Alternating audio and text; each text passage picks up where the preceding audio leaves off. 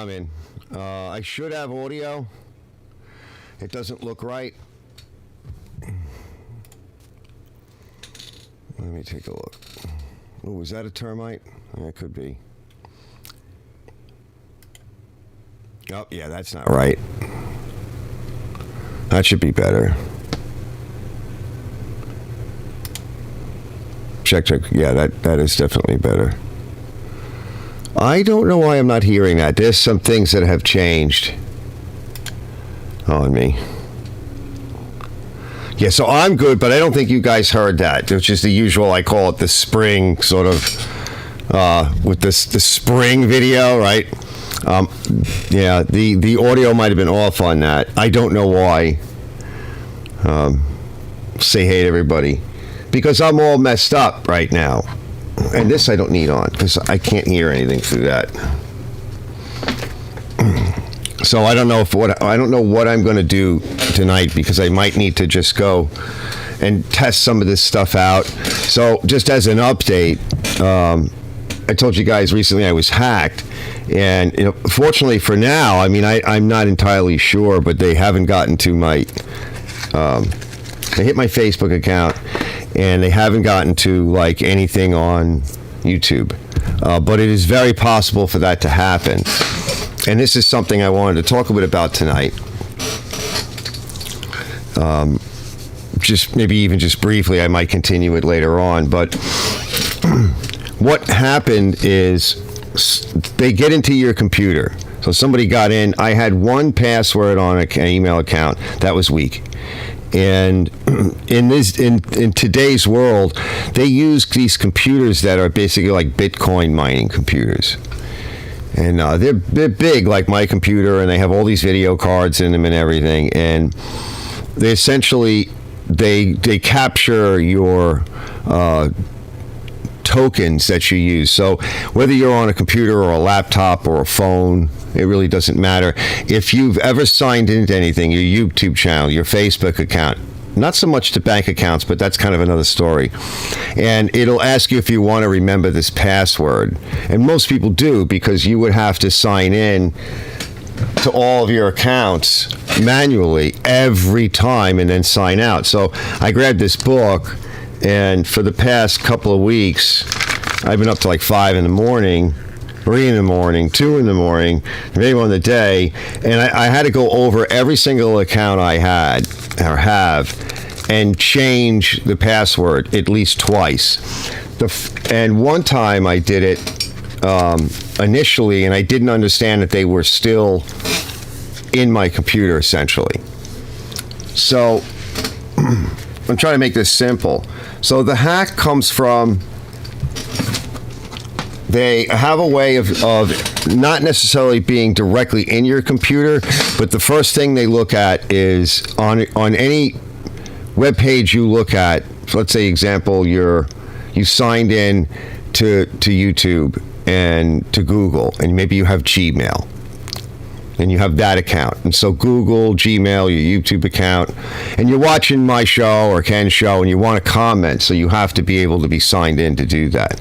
Well, when you do that, it creates a token, and it takes your password for, if you have like Gmail, you might actually lose your Gmail password, but it takes the token that you used in that session, so you could watch Ken's or my show or whatever, and comment, and it grabs it. And then if you don't sign out, that token remains. And it takes it, and then it just power cracks it. They remove it from your computer, they move a copy of it. And while they're there, they're able to grab at your history, autofill data. So if you guys have ever seen autofill data, puts in your address for you and stuff like that, fills those fields. Very convenient. And so this is the latest crack that they're doing.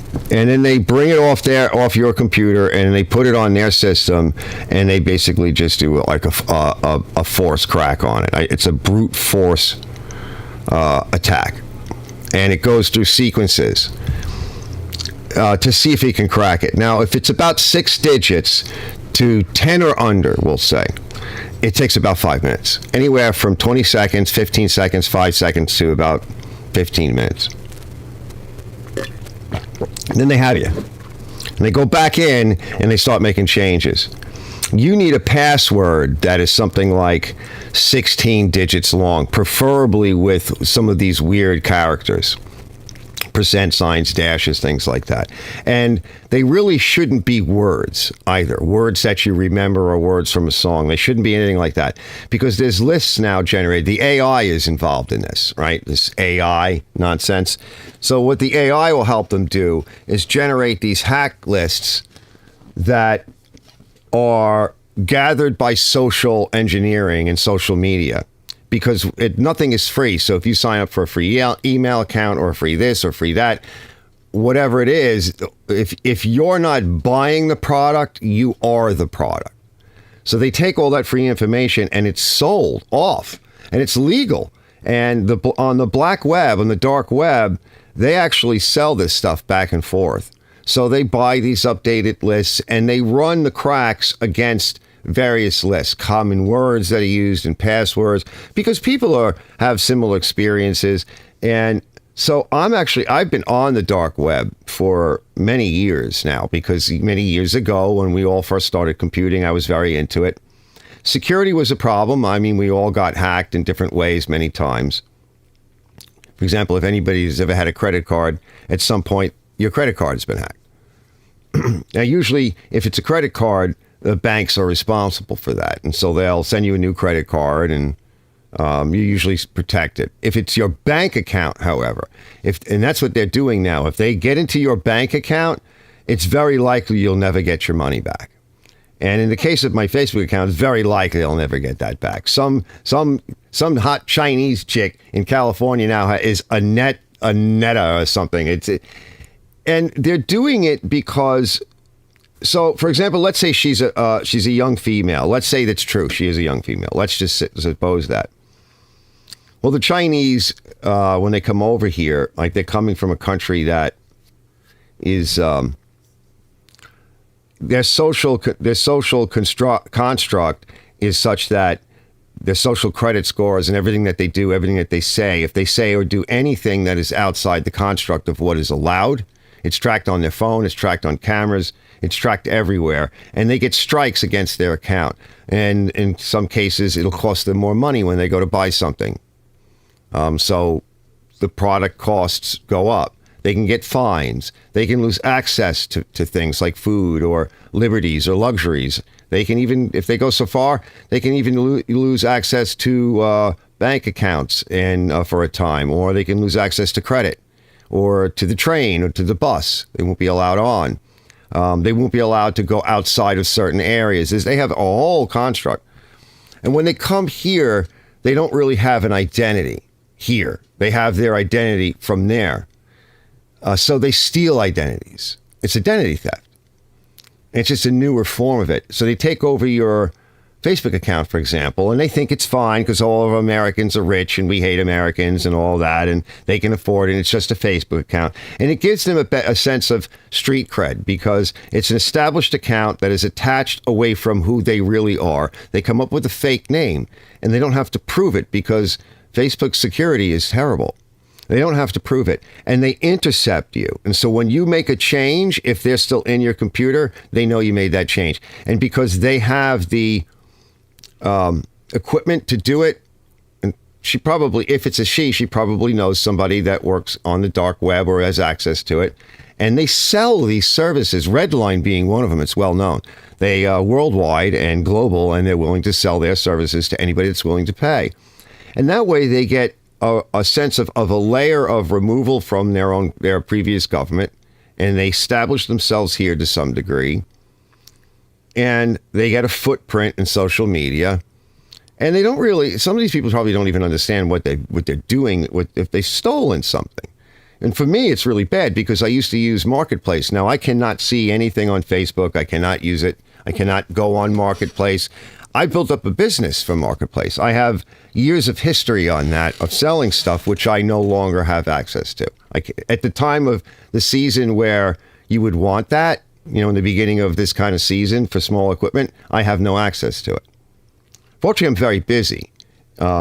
But this is also trying to deal with this is also very much in my way, because instead of working on building my business and everything else, I'm up all night trying to understand what is going on, how to get them out of the system, how to gain control. If I were to wipe my entire system, I would solve the problem, but I would have to start everything all over again, all the settings, reinstall Windows, get everything running again. And that takes a long time. I will be doing that. Because I have another hard drive on this computer that has a clean installation of Windows on it for just these kinds of emergencies. But I believe I've been able to get them out of the computer. I've run a lot of scans, spent a lot of time doing it. These scans take hours and days in some cases. It's exhausting. And I was explaining to my daughter and I'm like, if I moved on them the other day and I got up late because I was up so late, and I got up and around 12 o'clock in the afternoon, they moved back on me and took over the account again. And I didn't realize it because I was really tired and I was trying to fix a few other accounts and set them up again and change passwords and change different things just to secure the rest of my digital life. And then I went and logged on, which right now I'm logging on everything manually. So if I want to go to anything, including my email, all of the accounts that I have, I don't do any auto log on for right now. I log on immediately by opening up all this book here and going through everything and the stages that I change, because I've done this a couple of times just to make sure. Because it's hard to tell exactly, are they really out of the system? Because they could be monitoring a password change. So you think you're doing the right thing, but you're not. You're letting them get in deeper. Now, I could have stopped them, but in order to stop them, I would have had to pull a 24-hour watch, and I would have had everything in place in order to stop the attack and take over. Now my account is in Chinese, so now it's even harder because I have to Google Translate everything I do on it. And I just annoyed them again the other day because I do have some control over it. Unfortunately, Facebook cuts you off. They say we're sending you a code. It never comes. You say it again, send it again, send it again. Then they tell you, oh, you've done it too many times. You're locked out for an undetermined amount of time. Come back the next day. Come back 24 hours later. Come back 48 hours later. I've tried everything. There really is nobody to talk to. Most of the forums on Facebook's account, they're actual like help and forums. Most people, this goes on for months and years in some cases. In many cases, you have to actually write to the state's attorney's office to get anything done. There just is, everything is automated. It's, this is what the powers that be want. They don't want any human being talking to another human being. They really want AI. They think AI is like a god and they can, it can control everything and be wise and intelligent. Nothing could be further from the truth. If anything, AI is your fucking enemy. I mean, there are some useful things that AI can help, but when it's put against another person, it can operate so fast that we really can't do much about it. I remember there was an episode of Star Trek where they had a similar scenario. It was this entity that they met, and it was like an AI entity. And some of you guys may know what I'm talking about.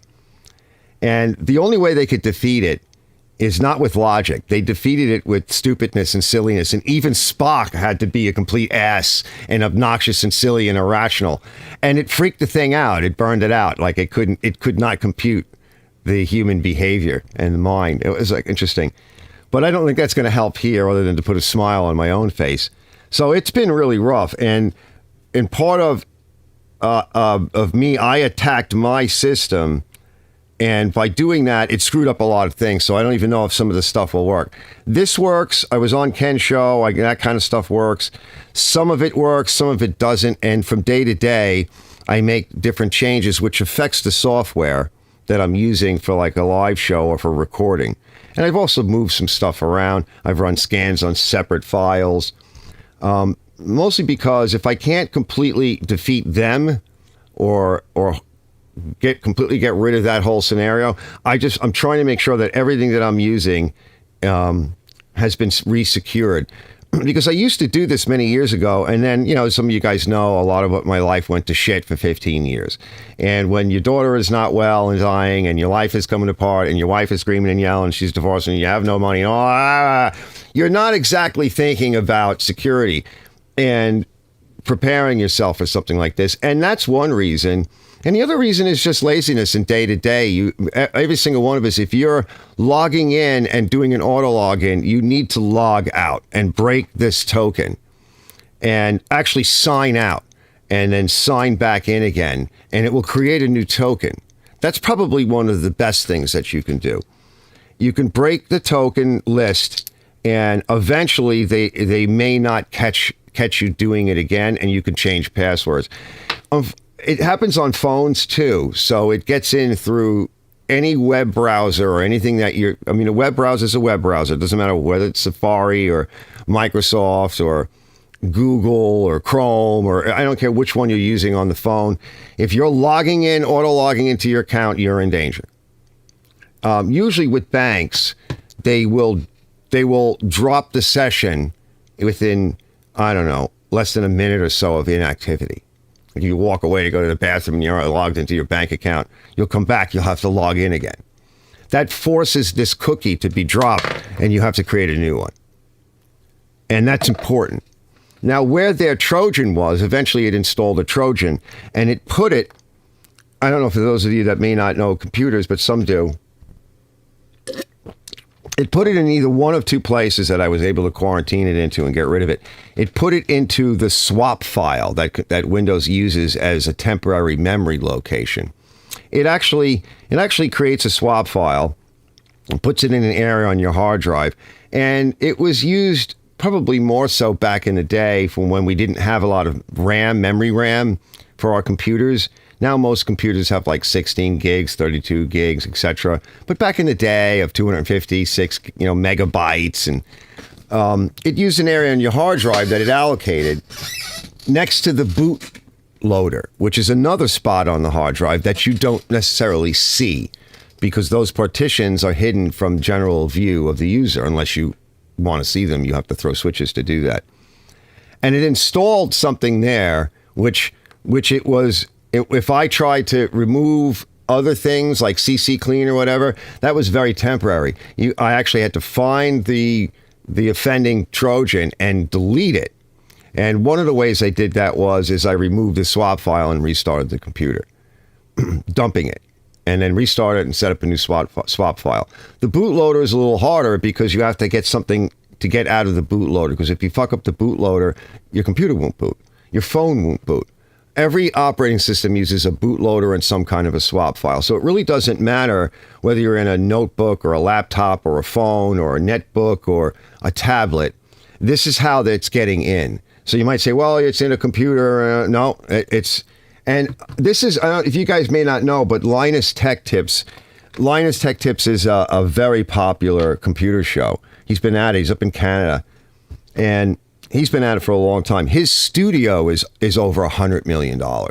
He employs quite a number of people, and one of the people stepped on something. One of the ways is social engineering. They offer a YouTuber or something, an interesting thing. It's a contract, and if you so much as look at a video or a PDF, by the way, PDFs are very dangerous, you'll be infected. And that's how they're getting. There's a couple of ways they're getting in. For me, it was a particular password. I think that's partly how they got in, but it was a particular password that was only about 6 digits or so. So it was easy for them to force the crack on it. And that had been around for a long time. I had forgotten all about it. So obviously I've changed all of this. Also, my router is old now. My actual router. It was a very good router, but that's back in 2014. And, I haven't had much money or anything. I've been lucky to try to hold on to the shop and the house. Very fortunate.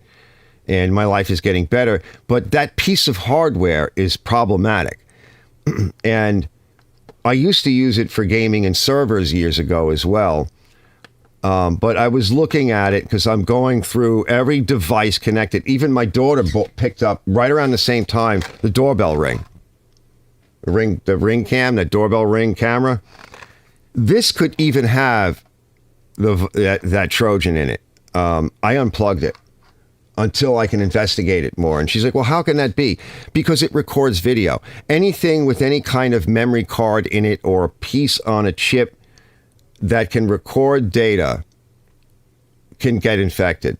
Any one of my extra phones, all right, could have been a security breach. So everything had to come off the network. The router had to be wiped clean, reset, and then I had to create all new security protocols.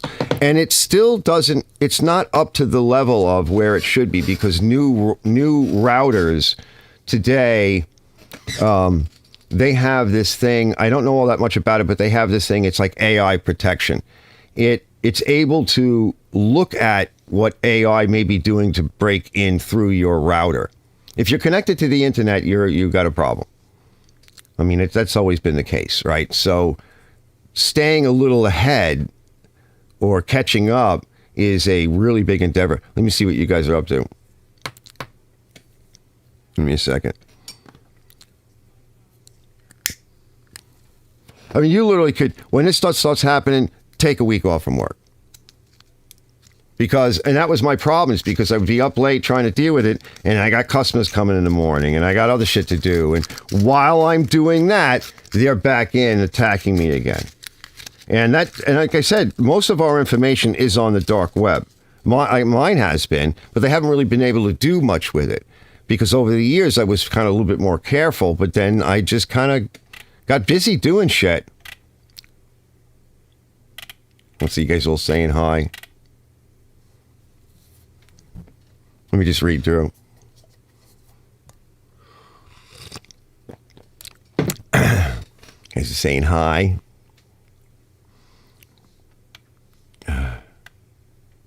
I got this nice little piece of chocolate here, fellas. I'm going to eat it in a minute. Hold on, let me get it. Oh, the 4-slide machines, yeah. Yeah, I don't think you guys could hear that. Yeah, there's not enough makeup in the world for Arch. Yeah, I want to show you guys my computer, though, real quick, just to show you what I have. So I locked down a lot of shit. I can't afford to buy a router right now. I want one because my cell service is not that good in this area, and my personal wireless service, the router is 100 feet in the basement in the main building. So I'm surprised I have any connectivity out here, that was another problem I was having. So, because I could use my phone to deal with some of it, but because the service wasn't that good, it was slow, and sometimes it wouldn't connect. And then when you're doing something like validating an account or whatever, if you take too long, it times out or it becomes questionable. Everybody saying hi. Backwoods Mater's here. They're saying hi. What are you guys doing? Mater Workshop. I want to show you guys some stuff. Hopefully the audio works. Let's see, John's here. Backwoods. Henry John Clan. Hello. You guys are like licking on each other's butt and shit. You're all saying hello to each other, all excited. And like licking. Oh, that's disgusting. Don't do that. What?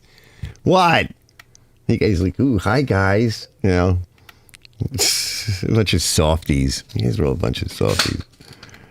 Johnny Bravo. Oh, my God. You guys are really kissing on each other. You want me to leave? You guys want to get a room or something? I'll turn the camera off for a minute. Okay, there you go. You guys have a little bit of darkness, so I can't see you. You know, God, get a room. Johnny goes, I knew the comments are going to come sooner or later. Johnny Rowe goes, that's why all these hot Asian chicks are trying to get me to send them a friend request on. Yeah, they want at you. Yeah. Oh, yeah. And it's no good comes of it. Believe me. Don't fall for it. Don't fall for it. Brian says, makes sense. And I was pretty sure my beautiful face body of millions of dollars. Yeah. Yeah, because John says after about the 25th one, I started denying it. It took 25, right? It lost a certain, something or other, a little something after like the 25th time, right? Again, this is the ultimate computer episode, yeah. AI is like chronic hemorrhoids. It's a real pain in the ass, Brett says. It is. I mean, it's useful, but, like now are some of our equipment, like I've been in the world of security now for the past week, and it's boring. I mean, but it's interesting. But like what's happening is now you need AI to defend us against AI and the other people. They're going to be using it, and so we have to have something in there. And I also listen to, by the way, a lot of business stuff. I don't know why, I just do. And some of these professionals that go in to talk about and deal with AI and work on AI with like big companies, they talk about this. They're like, these companies say AI powered, or they're embracing AI. They're like, they don't know what the hell they're doing. They just have no effing clue. They just think it's a thing, and they're trying to bring it in, and they're bringing in these people, and it's a mess. It's a mess. That's scary. Bleach says, I did some doobie and attempted to clean my garage live while holding my tablet. That didn't work? It was fun live. I feel blessed with my followers at peace. Nice. Let's see. Ken's like, what's called M5 computer. Yeah, the M5 computer in the episode. Yeah, you remember that? And that's how they had to freak it out. They had to freak the damn thing out. Oh, wow. I just scrolled a little bit. I got to catch up here. Let's see. I also have grass ass from working in my new video. So go into defrag and see it all. Yeah, well, that's not really a good place. You can't really see anything there. But I found a lot. I found a couple of things. It was really only one thing that was really the problem. Because I occasionally clean my computer and I check on stuff, and I'm generally careful. But it was that one thing that it only takes the one thing. So doing a lot of research on this and trying to understand how to continue to move forward and how to best practices and stuff. Because I used to build computers and all that shit. I mean, there's no real money in that anymore. Bravo's got to pee and get more beer so he can pee again. TGM's here. It's morning over at TGM over there. Let's see. Hey, Brock. Oh, Brock is here. Pastor Brock. Let's see. By the way, AI hugs me. No. You don't want that. Loses hello, Arch. Right. Hey, TGM, are you Brett? What's up, Mater? Hello, Henry, John Henry, and crew. Okay, good. I think I got through everybody. So let me just see. I want to just do a quick test to see, because there's two things I wanted to show tonight. I got tons of machines, fellas. Tons of machines. I finally got to the point where I'm glad I didn't do this last weekend because, well, one, it was a bit of a holiday, but it rained. Like, it didn't just rain. It deluged. So I emptied out my shed pretty much, and it's literally all over the back lawn. And I'm moving some stuff around, and I've been wanting to make these shelves out there. Just a few more shelves. I got all this plywood I had a unit of plywood when I did one of the roofs, and it's been rotting. The whole unit is basically gone. I think I used a bunch of pieces from it. It's just been rotting. I wasn't able to really lift it at the time. It's a few years back. And I'm like, I still have a few pieces left over. I'm like, and I need some shelves in here, in the garage, but really in the shed. And I was like, well, I need to kind of like move the snow blowers out of my garage because I got customers' equipment and my equipment that needs to come in. Let's move it. And which meant that it was so packed that I had to pull everything out. And I'm like, why don't I just leave it out on the yard? All right, I got to do the garden. I did the garden today and all that. But why don't I just leave it out? Oh, hey, Zippo. I didn't see him yet. Hey, Zip. Oh, good. I've been asking about you. Because I'm now not following the text. So I wanted to show you guys what I've been up to. And there's just a lot of cool machines. Plus, I wanted to show you guys that you guys haven't seen the video yet because I'm not done with it. The Cub Cadet walk behind, which to me, I showed some pictures of it. But to me, the damn thing, what it is it's a garden tractor. Rear engine garden tractor with no steering wheel, right? That you walk behind. That's basically what it is. And to me, it's built a little bit lightweight, especially the deck carriage gear. And I said this to him, and he bought the thing, and somebody put the wrong belt on. And I heard you guys talking about, I think it was Wayne or whatever today on Ken's, talking about somebody put the wrong belt on. No, it was Ken. Ken was talking about the wrong belt, and it jammed everything up, right? Well, that's kind of what happened here. And then somebody didn't time the blades, and the blades hit, and it made a mess. But while I was in there, somebody tried to hack weld this little piece of crap metal onto one of the lifting rods. And I'm like, I showed him this. I'm like, I don't trust this. Well, it broke. It broke like a week later. I don't know what the person was trying to do. But let me go find that thing. Hold on, fellas. I want to go run that so I can eat my thing. But I was having fun, though, with all the equipment and stuff. Hopefully I can run it, because if we can't hear it, because I haven't had time to check it. And I'm not ready. Arch, why can't you be ready? Because I'm not ready. My life is in like a free fall crazy moment. Then I was outside all day, right, with the old lady, right, trying to use this stupid tiller to grind up the garden. Oh, my God, I'm getting too old to do this shit. I hate to admit it, but it was bad. All right, let me put my headset on. Let me just kind of cue it up a little bit. Because it's just machines after machines after machines. Hold on. Oh, I hear it, fellas. Somewhere. Hold on. Now, I don't know where I'm hearing it from. Let's see. It's not on the desktop audio.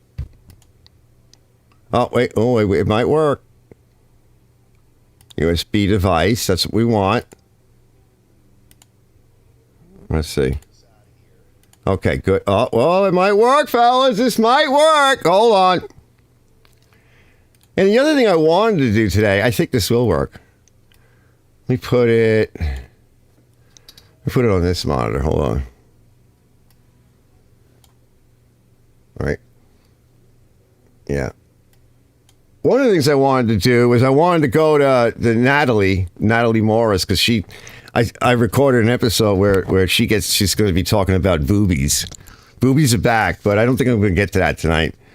But that would be nice. I mean, I like to talk about boobies, especially when she talks about boobies. I really like it.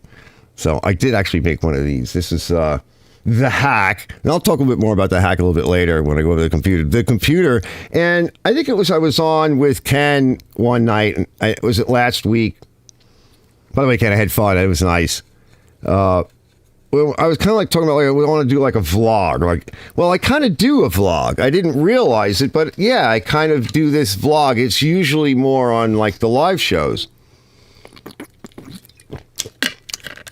which is kind of neat and organic. So this is sort of like a vlog my way. It's that song in my head. I guess in a way it's like a vlog in a sense. And it's, I do these segments. So I try to break the show up into segments for a couple of reasons. Another thing I wanted to do last week, which I don't know if I'll get to tonight as well, is I've got somebody put up some cool Super 8mm footage of like 1967 or whatever. They were taking a quick vacation, get away for the weekend to go visit some family members. And I think they were traveling from Alabama to down to Florida, or maybe the other way around. So I wanted to put that up, and it has some music on it from the day. There's a couple, 3 tunes on it. It's a short, thing, driving around in the old cars, because you guys know I like to put that stuff up. And I thought, well, okay, I can do that. I won't get a copyright strike, but I'll get a copyright like warning, and you won't be able to monetize whatever. But the way I do the segments, I can just simply announce it. I can put the link in the description, so it's fair use. It's on the FBI fair use. And I can run it. And then if YouTube does give me a hard time, I just leave a little bit of, like black, right? At the beginning and at the end, and then I could just cut it out like that. And it's for the live shows, and it's a short, and it's fun, and I love the old cars. I mean, other than like lawn equipment and motors and engines, I think you guys, a lot of us like the old stuff. And it's so funny to look at. I mean, I was born around then, so I mean, we drove on vacation and everything, but those highways, they were in such nice shape, and they weren't all that old, It's just so cool. But yeah, let me see this here. Let me get to this. Let me catch up with you fellas. So I'm glad to see Zep here. That's cool. Let's see if we catch up. Yeah, good. All right, let's get to this segment so I can eat my chocolate thing. Hold on. Let's see. Let me turn this off. A little bit behind. Friday after next. All right, this thing's really heavy. So we're going to roll this out of here. I just tested it again. Let it sit for a day. It's all up. Choke worked good. All of that. Fuel's going into the bowl. It pulses into the bowl. And then it'll wash down into the carburetor. Yeah, this thing's sweet. And it'll pulse again. It's coming out soon. Keep it completely full. Anyway, she's all right up, but I would probably use happy. a trickle charger on this thing if he's not using it all the time, because the battery is older. Let's pull these guys out and just run them and pull the fuel out and just go check on them. And then I'll find a place for them in the shed. Right? This thing, I got the leak to stop. I just wound up buying, well, it still does leak a little bit. I bought a new, it leaked very small amount. I bought a new gasket a Briggs gasket too. I got it on Amazon. I showed it on the video. An actual Briggs gasket. There is like a plate that has. It feels like it's like another gasket or something. It's a plate that is underneath the. I like cars and music from back when I was young and pretty. When I was young and pretty, that was a couple of 100 years ago. I know Ken was probably drunk. He was at a wedding like last weekend, or whatever it was. Right, Ken? And he's texting me, and he's showing me pics of all this food and everything. And then they start playing the music, and I got to say, they chose some good music. And then he starts getting all nostalgic, all watery, and back in the day when things were better. And I'm like, oh no, he's saucing up, something's going on, right? He's getting a little liquidy, and and then all the hot babes run around. I'm like, ooh, you should go see if you can go find your future ex-wife, Ken. Yep, from back in the day. I know. It's like, I look at some of these cars today, I'm like, you ain't fixing that. Like the guy that, you'll see the lawnmower, he dropped off a lawnmower today, and he doesn't even know what he has. Wait till you see this thing. It's like mint. He actually took good care of it. And they don't care. I'm like, you'll care. I'm like, because if without this lawnmower, you're going to soon be stuck in the cycle of absolute crappy MTD. Remember last week? MTD garbage, right? That's going to break on you, or electric garbage that I'm not going to fix. Nobody's going to fix it. So you're going to be buying it over and over again. Meanwhile, this Craftsman that he dropped off is really nice. So. Yeah, was he at the pizza? Then I can come and eat the pizza in everyone's face. Yeah, he was eating pizza. That's what Brett was doing while we're hanging out. Brett's just sitting there chowing down. He's horrible. He's just chowing down, jumping away. All right, let me get back. Studs, the screw-in studs, and I think it's kind of weepy from there. And I didn't want to take it off because you got to redo the valve lash. You got to take the whole valve lash apart. That's what's happening. That is something that I didn't really know about these motors. So it's not bad, but I feel greasy. It's just a little bit weepy. It's not leaking like it was, but it's weepy now. Well, it's an old machine. I mean, in the end, this pump needs some service, but she's reliable and she fires right up, and the Hipa carburetor is still doing good now that I fixed it. So it's just I had to fix the Hipa carburetor. You're going to get stuff like that with some of these older machines, but this is the nice motor. There's another nice motor. There's a newer version of this that I have on my table somewhere around. It's back there. It's way back there on a table back there. It's just a newer version of that Briggs motor. I haven't used it. It has a pump on it too, which I need to go through. All right, stop babbling. Let me turn the lights on. Let's get this stuff out of here. Yeah, she's sweet. This thing's sweet. Let's give it a start. There's a lot of fuel in it, so I want to take the fuel out.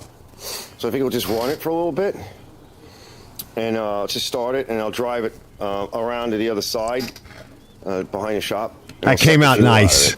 I own it now. And, I'll drive it over by the shed, and I'll have it ready to be put away. But she's just dusty. Last look, fellas. So good, fellas. Let's prime the heck out of it. Last look. We'll do a manual. Oh, I see fuel pissing out. We're not going to see that again until sometime next year, maybe. Yeah, if it snows. It's first. One pull.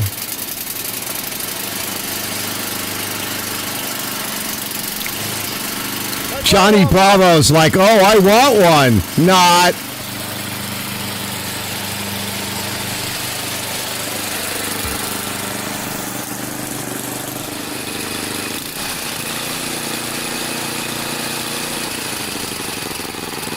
So nice. Yeah, the only thing that's broken is this little knob from everything, the handle and everything moving forward. Everything's getting dusty, including the camera. Meanwhile, I got the camera that shouldn't be dusty out here. I shouldn't be using this camera, but I like it. All right, next step. Let me suck the fuel out of it. We'll do the next one in a bit. Suck it! Suck Now, I it! remember last year she run a little rich, so you can get to the main jet. Oh, here, the big boy. but I think the idle jet, I can't see it, but I think it's up here. And I was complaining about that. Now, the curb idle is over here. I believe you can get to that. But over here, we have an air duct here. It comes up into the heater box, in the air box. But it's 3 head bolts that stake it down.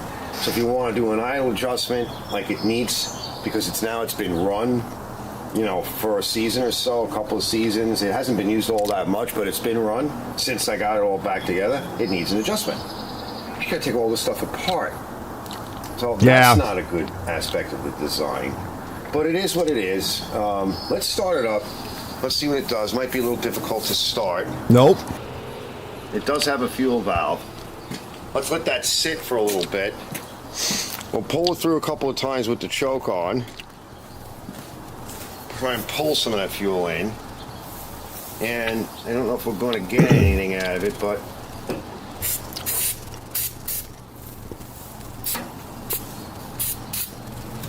see. Oh, it's hard to pull. Yay! One pull. That thing's a brute.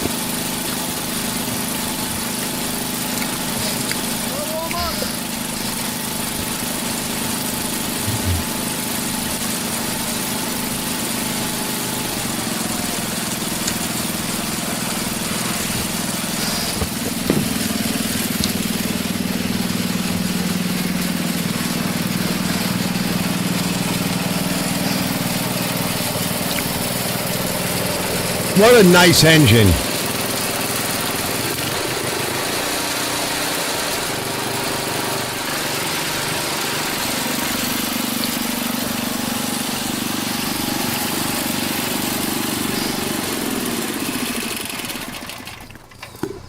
Yes, you want to go. There's no dead man on this.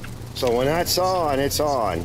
Notice the off is on and the on is off and the off is on. There's something wrong there. Yeah, I don't know. These clutches that you pull out and engage. So I was thinking that this one's got. Oh, it's nice to have a parts machine, fellas. It's got the safeties on it. It's these things, and I collected a few from another machine as well. It's these things. So I think we might want to see. We got to get this thing apart. It's really going to fall apart if we don't. We're going to do like a will it run. We'll get this thing cleaned up maybe this coming year. The handles are so bent. Yes, I could fix it. One of the viewers was saying, but you could sell it, make good money. No, better off parting this thing out and putting the parts away. She's really starting to rust on the can. Yeah. That thing could rust for 30 years, 40 years, and nothing would happen. It's already 30, 40 years old. When we get it apart, we're not going to try to save it. BS. We're just going to... Oh, on mine, this whole thing got bent. And I got videos on that. It got bent. Somebody tried to fix it. Oh, that's funny. They made it really bad. It was horrible. Then I made it worse, and then I got it going. Maida's wondering. He doesn't know anything. Maida's another one down in like Texas and stuff. They don't know anything about snow blowers.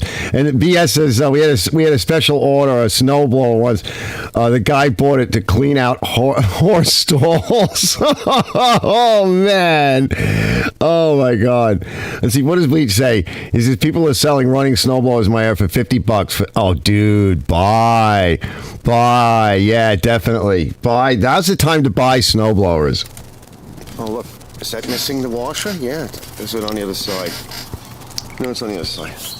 And I bent this with my tractor, so we got to fix that. But I did. It's all cleaned up and stabilized. Yeah, I drove into it with the forks on the tractor. See, there's a switch there. There's a safety there. So we want to put some of these safeties back because it's crazy. See, yeah, it's dangerous. Here, you screw it out and adjust it. This is a mess. So it's a mess. I'd rather pull this apart and then pull the other one apart. Like just pull this section out again for the drive. And compare it to the parts machine. This handle on it makes it nice to just kind of reach here. You don't have the business of leaning over is bad for people with bad backs. That's the reverse. So that is a dead man. But look how nice it goes. I have videos on that. All right, let me pull the gas out of it. So like I said, I made it like that. Rod out. We'll pull all that apart. We'll match it up against what's there. What's there looks like it's never been touched. You know, get it working real good. The tires are still holding air. So I'm going to put it away in a little bit. So yeah, it did start right up. Now that I got it, last year I had an issue getting it started because it sat. But as you can see, you know, once I turned the fuel on, it was fine. It just needs a little tweaking. These are great, right? It doesn't have any shear pins. It's got this sprung load clutch mechanism. Yeah, it's and when nice. the scraper gets pulled too far back, it shuts this whole thing off, so you don't ruin anything. And you just turn the thing off, clear the offending item, turn it back on again. Well, but these are really cool. I love these clutched wheels. Right, just all controlled from here. You decide. But those were beat too, so I had to tweak. The mechanisms in there. I had to weld and tweak and do stuff because the parts were worn. So we'll have other parts.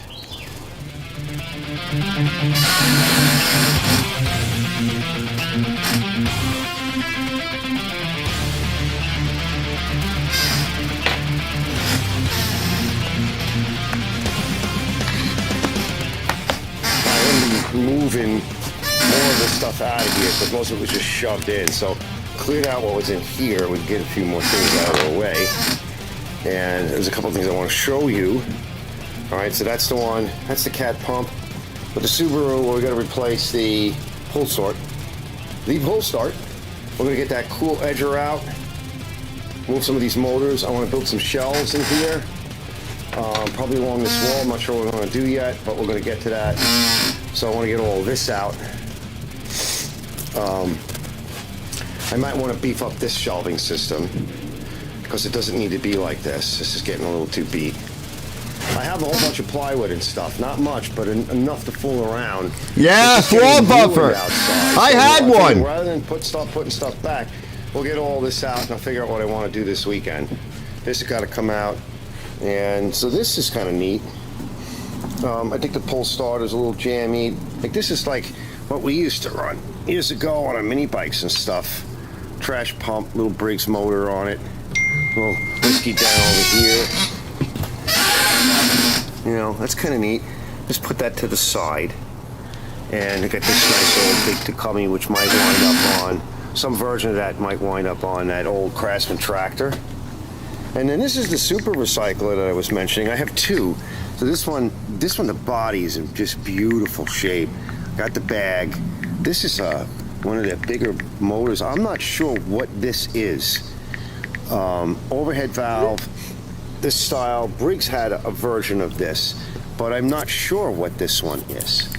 So this is the one that I own, another one that I traded for Mikey. He's got a couple little whiskey issues here. Somebody been drinking their way to lawn cutting. And I got the bag in nice shape. I got a couple of these. That's mine, fellas. So two, maybe what three is this motor? in the bigger size, and I got a whole bunch of the small ones.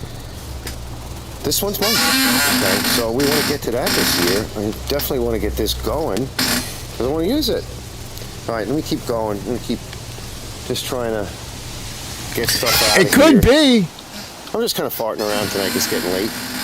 And if it rains on it, then it rains on the stuff. What am I going to do? I'm not going to get crazy over it. And of course, there's another task.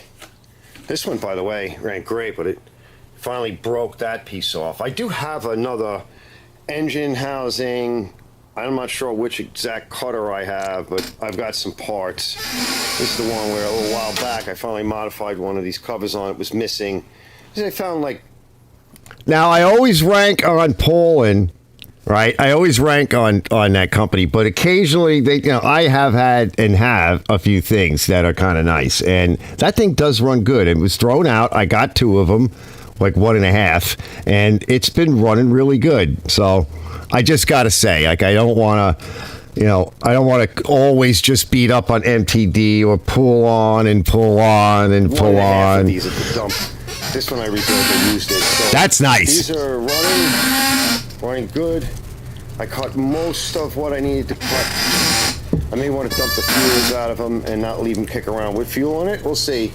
Because I may have a little bit of hedge work to do. A couple of spots I want to hit, but we're going to let these kick around out here for now until I decide. This one I might actually pull the fuel out of, because this one's a little bit more aggressive. It can cut through a lot of like overburden rubbish. There's this guy, I used this guy the other day to hit a couple of bushes that I have that are really kind of nice. And it just runs so nice. And with the smaller rake on it, you can really dial in, get it nice. Whereas one little slip with this guy, you lost half your bush. That's what I like about it. All right, we'll be back. Let me just keep going. We'll wander around for a little while. Oh, it's getting a little bit better. So most of this is a project coming up. Toro. Old school, sexy body. We're going to go over the whole thing, make it real nice. Paint it. I got 2 engines on here, best of everything. Best handles, adjusters, transmissions, plastics. Best and worst, I suppose. 2 motors. I know, it's creaking. I was going to make it a high wheel. I'm like, no. I think we'll just make it a personal pace. But whatever it becomes, right, when I'm ready to do it, we're going to start off with just blowing. Turn a little light on. This will blow it apart, so I think we'll just start off with a nice clean body. I have the materials I need for it, and now I just got to find some time. That'll be like another month or so. So for this weekend's extravaganza, of course, we're going to be working with the HRX, the Lawn Chief, which I resurrected, maybe last year or whatever. This thing was an absolute dog of a mess. I see she was leaking a little bit because I had her on her face. And this thing was an absolute disaster, all rusted. It had water in, valves stuck, all kind of issues. And of course, we'll prepare the ground with this. Grind up all the weeds with this guy. Nice little 4-stroke. Yeah, it sprigs.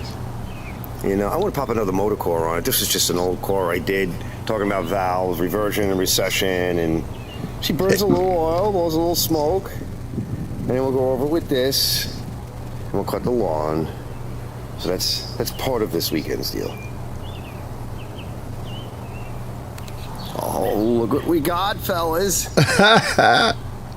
Aren't these nice? They are. All right, on the right, 2.5 horsepower Briggs old school.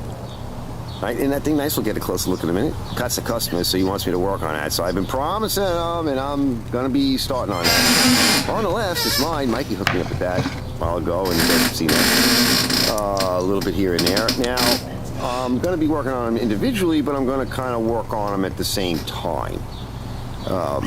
Mostly because, like, this one needs a belt. So if I don't have a belt, I'm going to order it. Both of them need the blades. So when I get them cleaned up and check the belt size, see if I have a belt, I know I need blades, that kind of thing, I'll order the blades. That way I have it for the customer, and I got one for me. Yeah, these blades are done. Right? There might be a little bit of something left on them. I had a bunch of blades, but a few years back, I did one of these. It's nice. Look at I did a bunch of them. The adjuster on it, like. I don't think I ever made it. I mean, to YouTube. But, it's a little messed up. But look at this. Look at that. Just love these. I like these with the choke over here. It's just so cool. Yeah. So we'll get to this one. Right. I think I took some more video of this the day went to work on Liz's truck. I think it's in that folder. And this one, when he dropped it off, this is, so that one, by the way, wait, this one is Little Wonder, Lawn and Garden. You can't see it, glare. Lawn and garden equipment since 1922. Quality assured. He says the guy, I think it was his father or whatever. This guy wants to give it to his son, but I think it was the father's father, right? Is my customer. So the father's father, I believe, used to bring it in to a guy not far from here, and the guy would just write the person's phone number like right on the machine. Said that was his thing. Yeah, no tags, no nothing. You can't lose the whole machine. I guess if you did, you'd really be up a creek without a paddle. Power trim. Power. The power. Power trim. I love these. I love the color. I know. It's a Model 150. Power Trim Company. La Palma, California. Yeah, California in the house. Back when it was cool. Not anymore. They wouldn't even allow this stuff. Like this year, you know, it's gas powered. Shame on you. Carbon footprint is way too high. You know? Well, we won't get into that. But yeah, this thing nice. Oh, and she's beautiful. Get this thing running. It's at 3.5. So the other ones are 2.5. This is a 3.5. Like this is what we would put on our mini bikes, just like that other one that I just showed you, right? The trash pump. This thing's in nice shape. This one, the belt looks like it'll run, but you're gonna want to get a belt. It's dry and it's got a groove cut in it. It's probably no good, but we can use it for sizing. And like I said, if I don't happen to have one, so most likely I'm gonna have to buy 2 blades and 2 belts, and maybe a carburetor kit or 2. So or that's 3. why I say I want to get both of these apart, cleaned up, bring them in one at a time, take them apart, see if I have anything in house. I probably don't, or I wouldn't have enough of both. All right, let me keep going. All right, neighbor threw out this thing. I missed the air conditioner. I should have grabbed it, but I have other air conditioners. I have to replace the air conditioner in the garage, and I really would love to take out the air conditioner in the shop, but I need help for that, of which is never around anymore, because, this is what happens.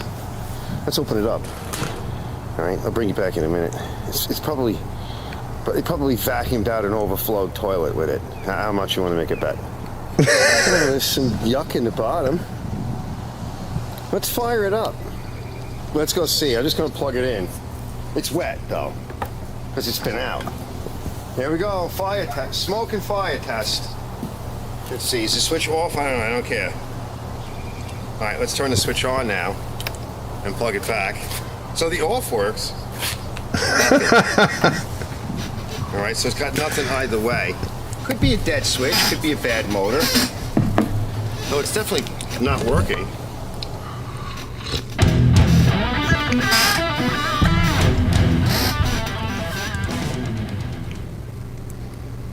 All right, didn't you get to use this yet? It's nice, it's the end of the day. I did get to use the Lawn Chief. It works okay, I'll complain about that later. I have to use this guy again. I should probably need another video. Let's go take a walk outside.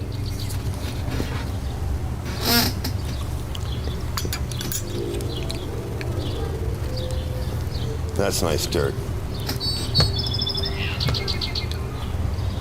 Yeah, it needed it, but it had grass in it.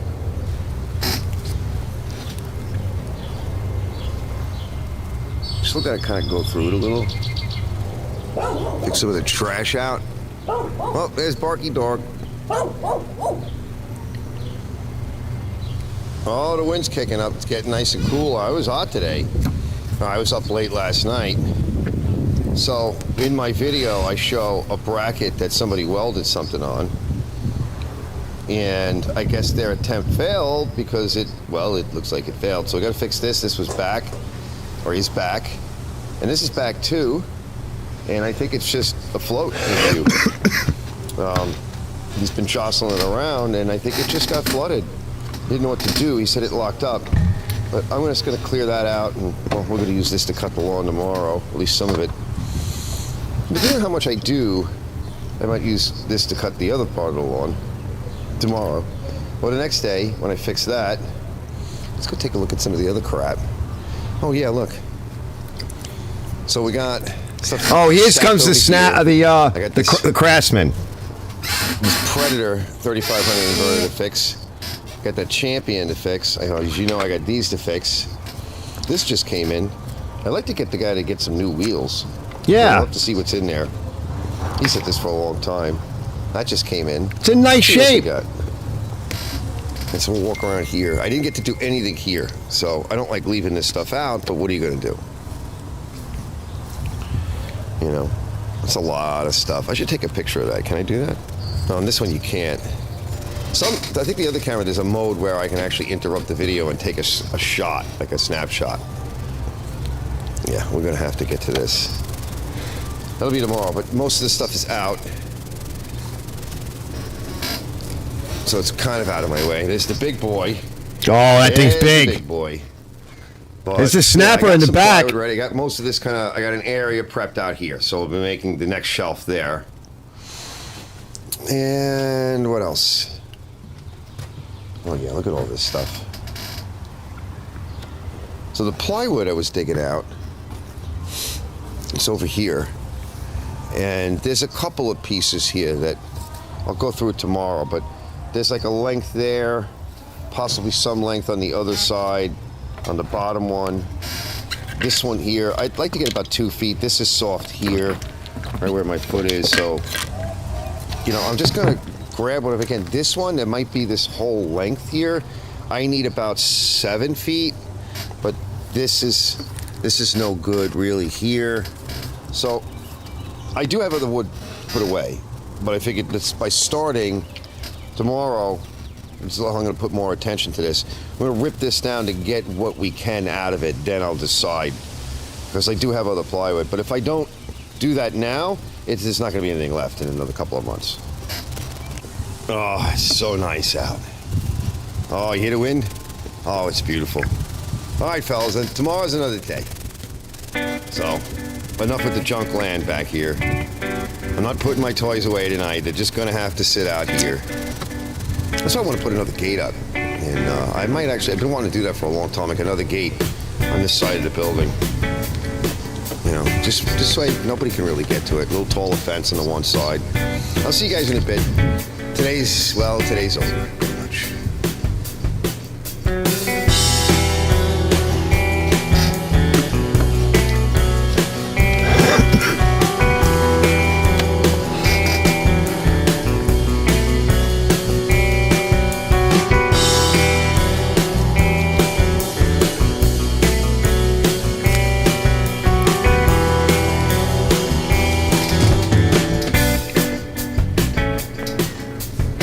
Nice. Let me catch up. So Ken says he thinks that Toro Super Recycler is a Kawasaki engine with the Mikuni carb. Let me catch up to you guys.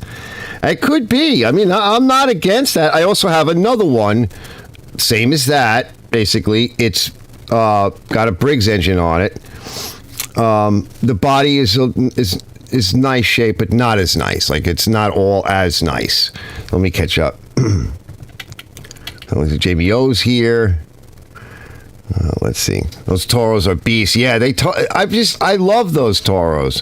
Floor buffer with an engine. I had a nice floor buffer, and then the neighbor took it back. I was holding on to it because I knew it would disappear if I left it with him. And then his brother-in-law, whatever, wanted it, and then lost the deli and didn't bother to go get the machine, and it's gone now. Yeah, it looks like a Kawasaki Power Smart Chinese engine. No, it wouldn't be a Power Smart. It's too old. Your creaky chair. Yeah, he said Bush. He says, Bleach says, Arch, is it worth to fix a Briggs push mower with rust holes? Yes, because fix the engine, get the engine running nice, give it a good test, and then if you want, throw out the body. That's what I do. Take whatever parts are good, and now you got yourself a nice Briggs engine that you've gone over, that's running, put it on the shelf in the garage, and you'll come across something that you need it for. Maiden says, your chair needs a shot of PV Blaster. I know. Sounds like an old cargo ship creaking like hell, like the old wood ones, yeah. Robert says, I could use that edger way more than a snowblower. I know. Oh, you guys in Alabama and Texas and everything. Maiden's like, is that some some new kind of mower? Yeah, it's a real mower, right, Veda? It just sharpen those blades good. That's all you need to do. If I had snowball, I'd park it next to my restored Snapper rear engine rider. Yeah. Ken says, I screw BMC bicycle tire treads to bald wheels. Yeah, some people do that. I always laugh at that. Actually, who is it? The Ford guy, the 65 Ford or something like that, right? He just came out with a short where I think it was a Honda or something. Yeah, it was a Honda, like the one I sold recently. And he just took the grinder and with a cutoff wheel and cut some fresh treads down into it. Okay. If the wheel's in good shape, the bearings are okay, the plastic ain't broken, the gears inside ain't all stripped out, that's not a bad thing to do. I thought that was good. I was going to try to play that short, but, I'm not ready, okay?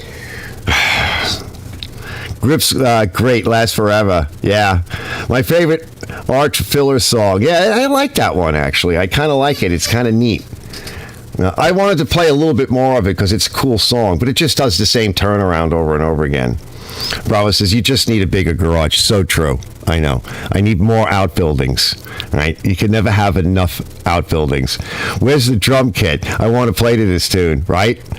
My friend Steve wanted to leave his drum kit here, but I was like, no. I wish he did, because I might learn how to play drums, but the Toro model 244 or whatever it is, 20044. Oh, Grady Hernandez in the house. I need a coil for my Troy-built mower. Well, you need a coil for the right engine, right? So you have to look at what engine is on your Troy-built mower. And if it's a Briggs engine, what size is it? So it doesn't matter. Don't search by Troy-built. Just search by the engine. You'll spend a lot less time. And that's something I've been trying to talk about a little bit. I think I talked about it before in a couple of my shows. A lot of people think, like even my sister, it had a Honda, maybe like a Troy-built or whatever, pressure washer, but it had a Honda motor on it. And she's trying to search for parts for the engine by searching the model number of the machine made by Troy-built. And that's not really the right way to go about it. And a lot of people get hung up on, but I need okay, so it's got a Honda motor on it, but I need the part for the Honda motor that's on that machine. I'm like, not necessarily. You want to be able to search for, if the motor has an issue, you can look at the model number of the engine. Who cares what manufacturer threw that motor on there? You want to know what that engine is, and then you search for parts for that. And most of the time, that's fine. For things like certain manufacturers, when you look for the model number, if you go to the manufacturer's site and you look for the model number, for example, the Cub Cadet, okay, that I just showed you. You go to the manufacturer's site, Cub Cadet, and then they'll have all these breakdowns, and you can download the PDFs and all of this stuff, and they'll break out everything on the machine. And it doesn't matter where it came from or who made it, because a lot of times they ain't Cub Cadet, or whatever Troy-built or yard machines, right? Might have a different motor on it. So they'll break all that down, and then you can find parts. But if they sell you a part, it's going to be a lot more money than if you just, work it the other way. This is, let's see, the Time Master seems to be beepelling better since it's warm out. Use it earlier. Oh, is it working better? Propelling, yeah. What's in your shop currently working on, guys? Arch, invite people to the live if you're up for it. What do you mean?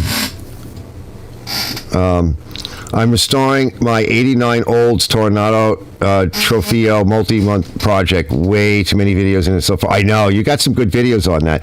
No, Bleach, I've mentioned this before. I don't do StreamYard. I can't. We tried that one night. Me and Brett were up. Brett and Mailhouse. We were up for like 7 hours marathon. We were playing around with StreamYard, and I actually crashed the computer. It actually crashed. It locked up. The screens went blank. And I had audio for a time, but I had no control over anything. The problem is that it, like with the presentation I just did, that segment, I can't do stuff like that if I'm connected to StreamYard. I need more equipment. Not like I don't have a lot right now, but yeah, I would need more equipment to do that. Because the way StreamYard or services like that work is they appear in the signal chain at a different point, and it's at a point where like I would need like a proper like mic mixing board, and because I have the ATEM, which handles the audio and the camera audio. But I would need, it won't handle audio coming from a playable source. And some people even use like a tablet or another laptop, and they route it in through like a mic mixer, and then it'll have an ATEM or some other box that the handles. Like I run OBS over here, which I don't have the other camera on, but I usually show it. And that's how you control all of these different sources and everything. And eventually I'll do that. I will get a mixer, but now it looks like I'm just going to spend my money on buying an updated router for security purposes, and which is good in a way because I've been looking to update it anyway so I can have wireless connectivity out here that's solid and consistent. And some of the devices I'm looking at have the enhanced security, but they also have the enhanced speed and they have the enhanced range, because a lot of those come with a second box that I can have one in the house, which one of them covers like 6,000 square foot house. And the other one is like a booster, which adds additional connectivity. So that'll give me the additional connectivity out here, because I need not only wireless, but I need more wired connectors.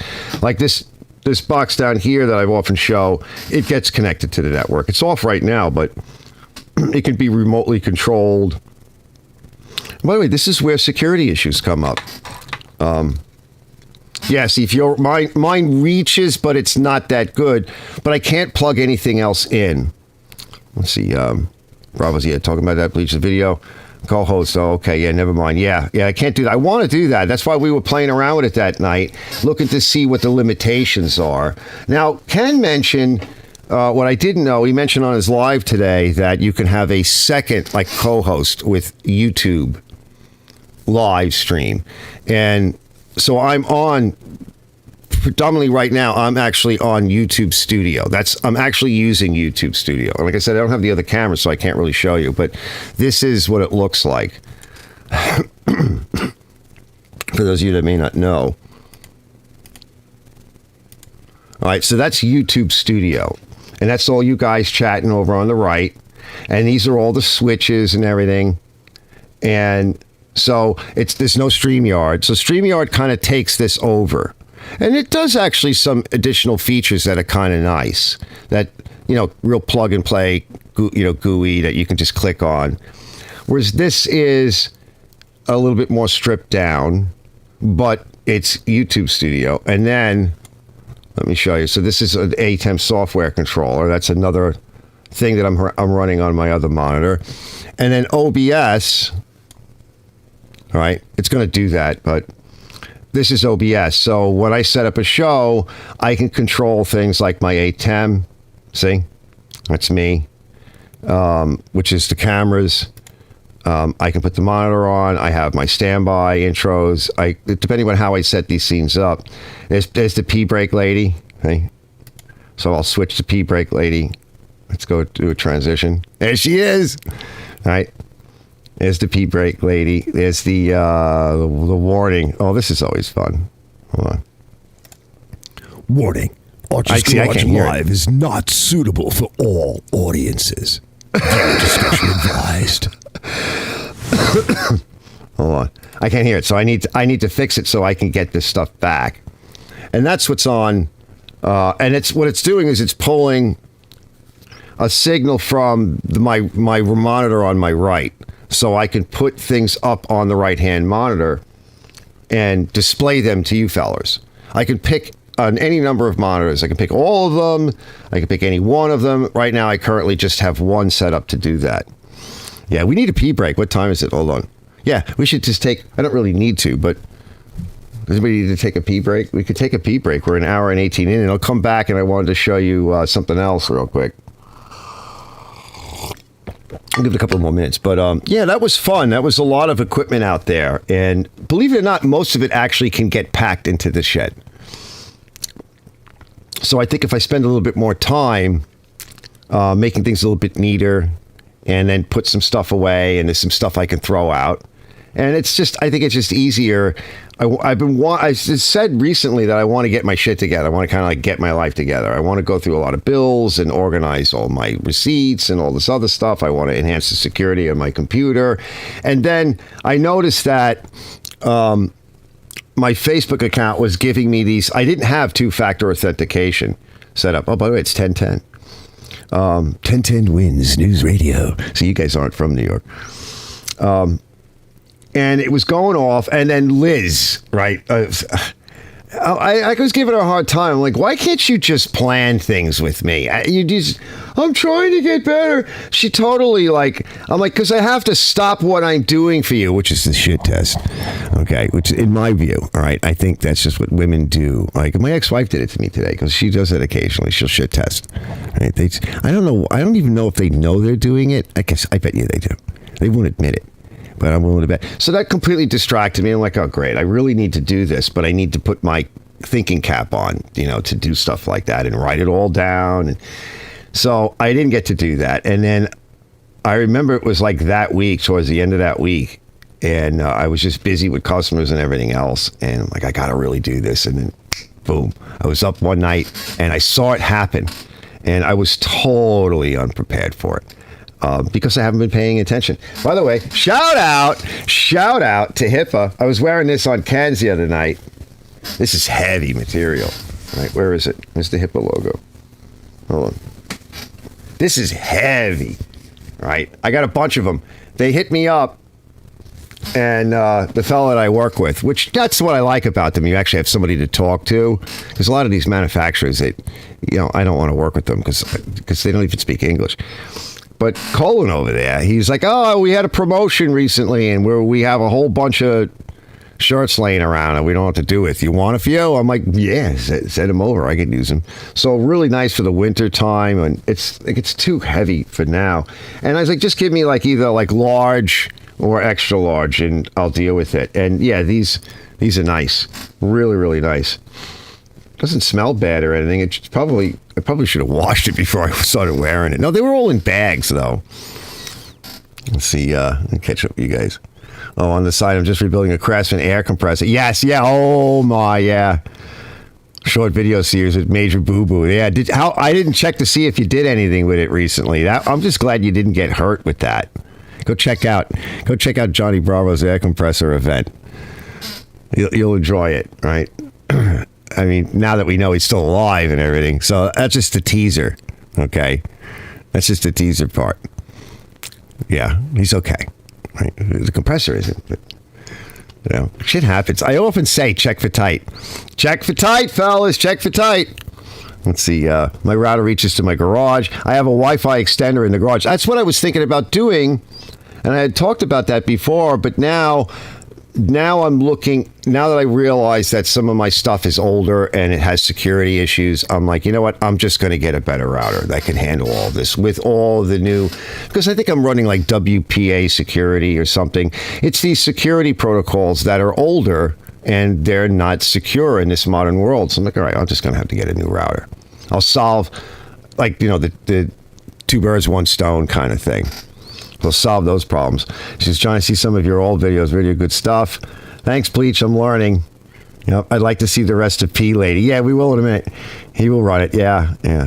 I'll grab it. Sure. Yeah, I'm going to run it in a minute. But I just wanted to mention one thing. I don't know if Brett is still here, but you guys were talking about retorquing the heads on the old Briggs motors. I guess nobody watches my effing videos. Like I say this all the time and say this for years. Even on that Tecumseh build, which is like too damn long. But I was talking about that. I'm like, generally on the Tecumsehs, you don't have to retorque. But I have seen it where, like on that Craftsman, remember the old Craftsman tractor that I did like a year or so ago, and I was doing all kinds of shit and the motor is just shot. Well, when the Tecumseh engines get a little tired and warped, you'll probably never be able to torque them. They will just consistently loosen up. It does happen. I have seen it. Generally, I've been through a lot of Tecumsehs that I have never seen an issue with the head bolts loosening up. But with any motor, if they start loosening up a lot, things are warping. But on the Briggs, on the old Briggs, now the newer Briggs, you know, the ones that came out with the really lightweight carburetor with that different amalgam, and they're just a little more modern. I want to say 2000s, you know, some of the later ones. They're not as bad. I don't know if it's just because there's not as many hours on it, or if they change something in the construction or the alloy nature of the bolts. I've seen some weird bolts. One of the engines I was talking about one day in one of the videos I did, I pulled the head bolts off because of something else going on. It was a stuck valve or something. And it was like a mix of bolts. I'm laughing at it. I'm like, what the hell is this? Why is this one all the way threaded up and there's no shoulder? Why is this one like that? What do they, like, run out over at the Briggs factory? And, hey, Mac, you want to do me a favor? We just ran out of head bolts for these motor series. Do me a favor, here's like $100. Go down to the local hardware store and get some like grade whatever and bring them back so we can finish this. I wouldn't be surprised, right? But I often say, though, just tighten them. I know when I say that, it's kind of an iffy thing. People want a torque reading, 170, whatever it is, inch pounds. The problem with inch pounds is it's inch pounds. So if there's usually gack all over the threads. There's no lubricant on the threads. There's gack on the shank and the shoulder. There's gack inside the effing hole. There's so much friction loading inside the bolt boss and hole and on the threads and on the bolt that if you put a torque wrench on it, it's going to pop off. It's not foot pounds, it's inch pounds. It's going to pop off long before you ever get that bolt to the correct torque reading. So torquing it is useless. And I said this in the Tecumseh video as well, because I showed taking everything apart, running the tap in, cleaning everything out with a brush, wire wheeling the bolts, putting lubricant on them, and depending upon the manufacturers of the bolts or whatever, or studs, whatever, they'll actually call out, of course, clean threads, clean boss, but they'll call out what they recommend for oil or lubricant or grease or whatever, to match up with the torque readings. And to take it even further, the car manufacturers have come out a while back with the stretch indicator gauges and the rotational, angular gauges that you're not just torquing it to a foot-pound click wrench or bar or whatever. You're actually measuring the angular rotation after a certain point, and you're determining the stretch. So that's all moot point on an old motor that's full of gack. The threads are full of gack. Everything's full of gack. Throw all that out. Now, when I say that, and I say just put a wrench on it, the danger is this. We are into this stuff. We have had our hands on it. We have a feel for using wrenches. And I often say stop using those banger guns. But the average person today is using banger guns. They're coming up. They really don't have the feel for it. And Ken had mentioned something, too, about it. And I think even Wayne said, just, tighten it. I mean, I get so many of these plugs, the plugs with the gaskets on them, the washer, and they're loose because it feels like you're stripping it. People can't even put a plug in properly and tighten it by hand. So it is a little dangerous to say just put a wrench on it. But the other side of it is if you're putting a torque wrench on it, it's not really helping either. Let's go take a peek break. All right. Oh, Lewis is out here too. Yeah, around an extender arch. Yeah, I saw that. Yeah. All right, let's see. Why isn't when I spray starting fluid my snapper started? Yeah, because your fuel isn't right. Let's see. Why is it when I spray starter fluid on my snapper started? My snapper Briggs started, it will not start. I'm confused. Peep break. Stand by. Quick one. We'll just do a quick one.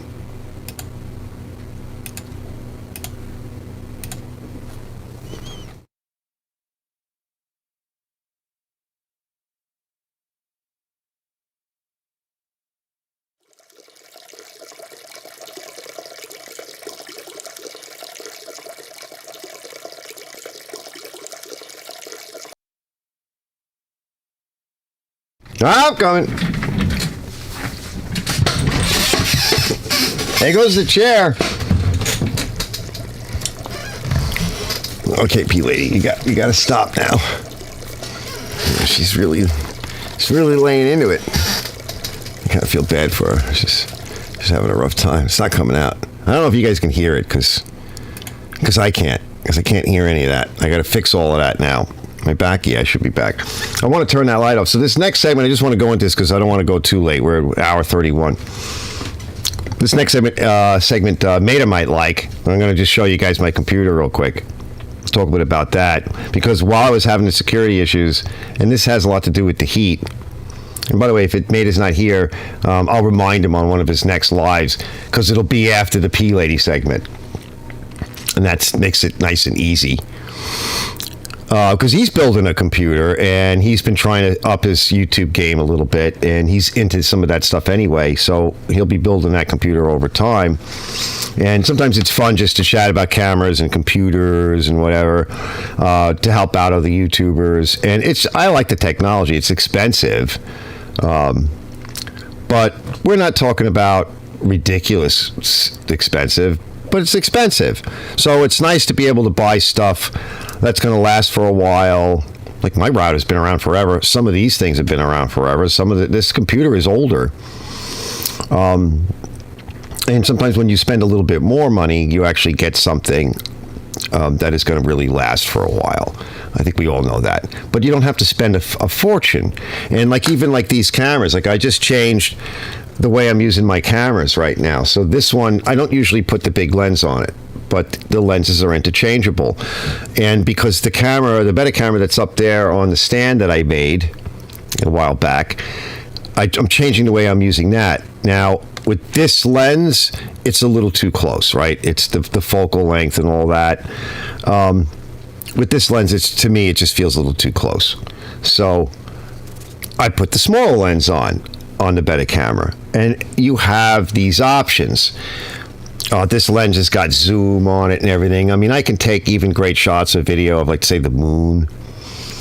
But this camera is cheaper. And it all comes apart, so it's real quick to do that stuff. This is a 1080p camera. And that one is a 4K. Which, not all my videos are in 4K, but a lot of the footage is. So I decided to set them up differently, and I also have a cage. I have two cages. I have a small cage, so they're basically the same cameras, and I have a bigger cage. And this camera has all of these. I like small cameras. That's why I like the cell phones, which I still use, even the older ones. They're very useful because they're lightweight. You can put them on cheap stands. You don't have to spend a lot of money on really sophisticated stands and stuff. So this has got a battery pack on it, an extender pack, and it sits nice on the table. But if you can imagine, when I put the other lens on it, which is small, it's tiny.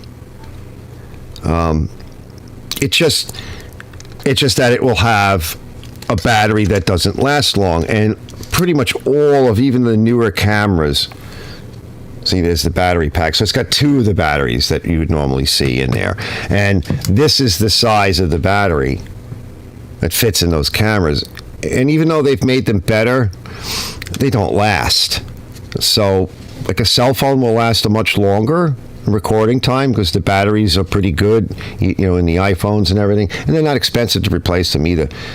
It's just a pain in the ass to put a battery in a cell phone, especially if it's an iPhone. It's almost impossible. These, if you ever find one of these older Samsungs and stuff, the back just slides off. It doesn't take much to change the battery out or to put a bigger memory card in, right? You can't do that really with these. It's a real pain in the ass.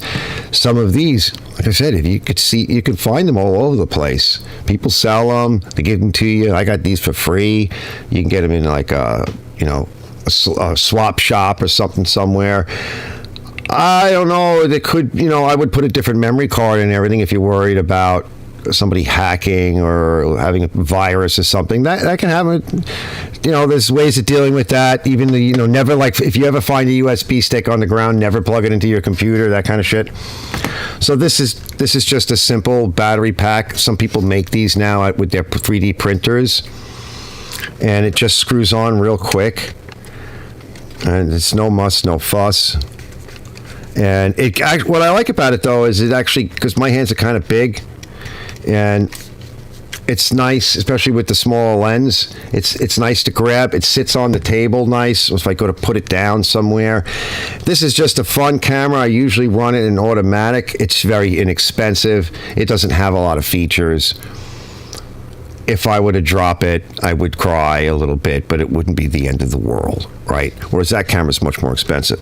But typically these smaller cameras, and now this is the Alpha series, so it's a little bit better.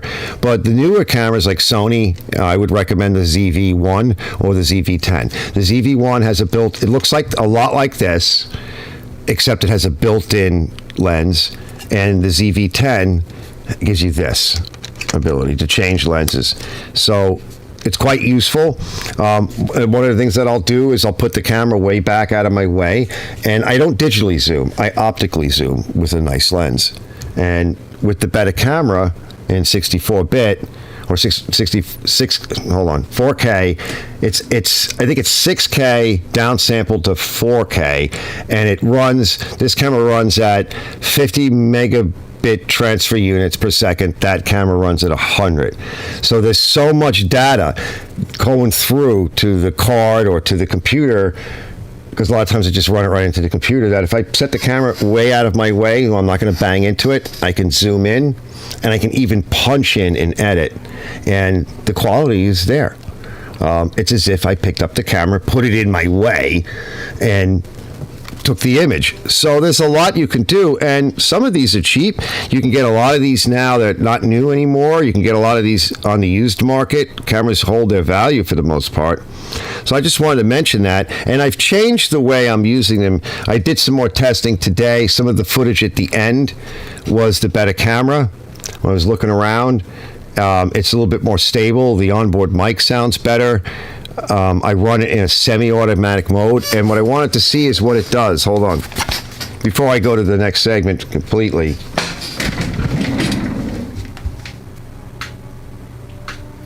So I just turned off that light over there. So light, we often talk about this, light is absolutely important regardless of what camera you have, especially if you have things like action cameras. You have an action camera, you need a lot of light. Now it's very, very dark in here. And this camera would struggle a lot more. That one doesn't seem to be struggling at all. I might test it maybe later, but usually I connect my cameras to a phone. And you can remotely see. I don't have it connected right now, but you can see what it's looking at, and you can control it. And that's the other thing about some of this new equipment, is that it works wirelessly, which is very useful, because let's say a lot of my shots I do it overhead.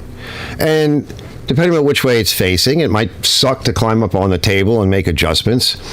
Whereas I can just set the camera up, aim it, and then I can do all my adjustments, and I can see what the camera is looking at with my phone or an extra phone. And you can see it. I can't really see what's on the back of these flip-up lenses or flip-out lenses. Viewfinders or viewing screens, whatever you call them. I can't really see it well.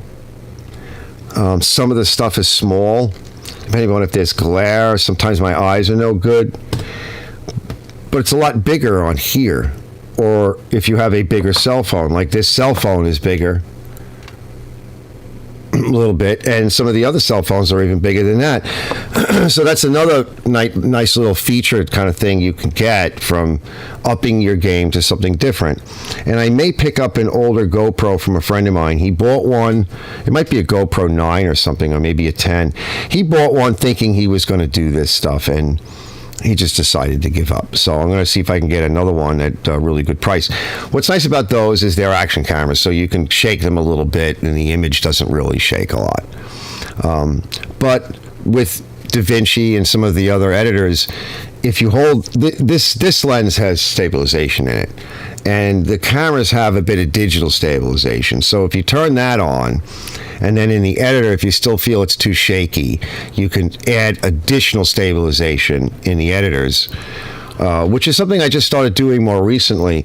It's not always as good as like as like a real action camera, but it's pretty damn good and it's pretty close. And this camera right now is running an auto feature, an auto ISO feature. It's a gain. So I lock in the aperture and the shutter speed. Usually I just do the shutter speed because when you're doing video, you want either 30 or 60 frames per second for general viewing. You want to lock that in. If you want to be twice that on your shutter speed at least, otherwise it will get shaky or it could be really slow. It'll look weird, it'll be streaky, it'll be out of focus. A lot of the automatic cameras or even cell phones, the image processing that they do to get an image tends to make it look mushy, noisy.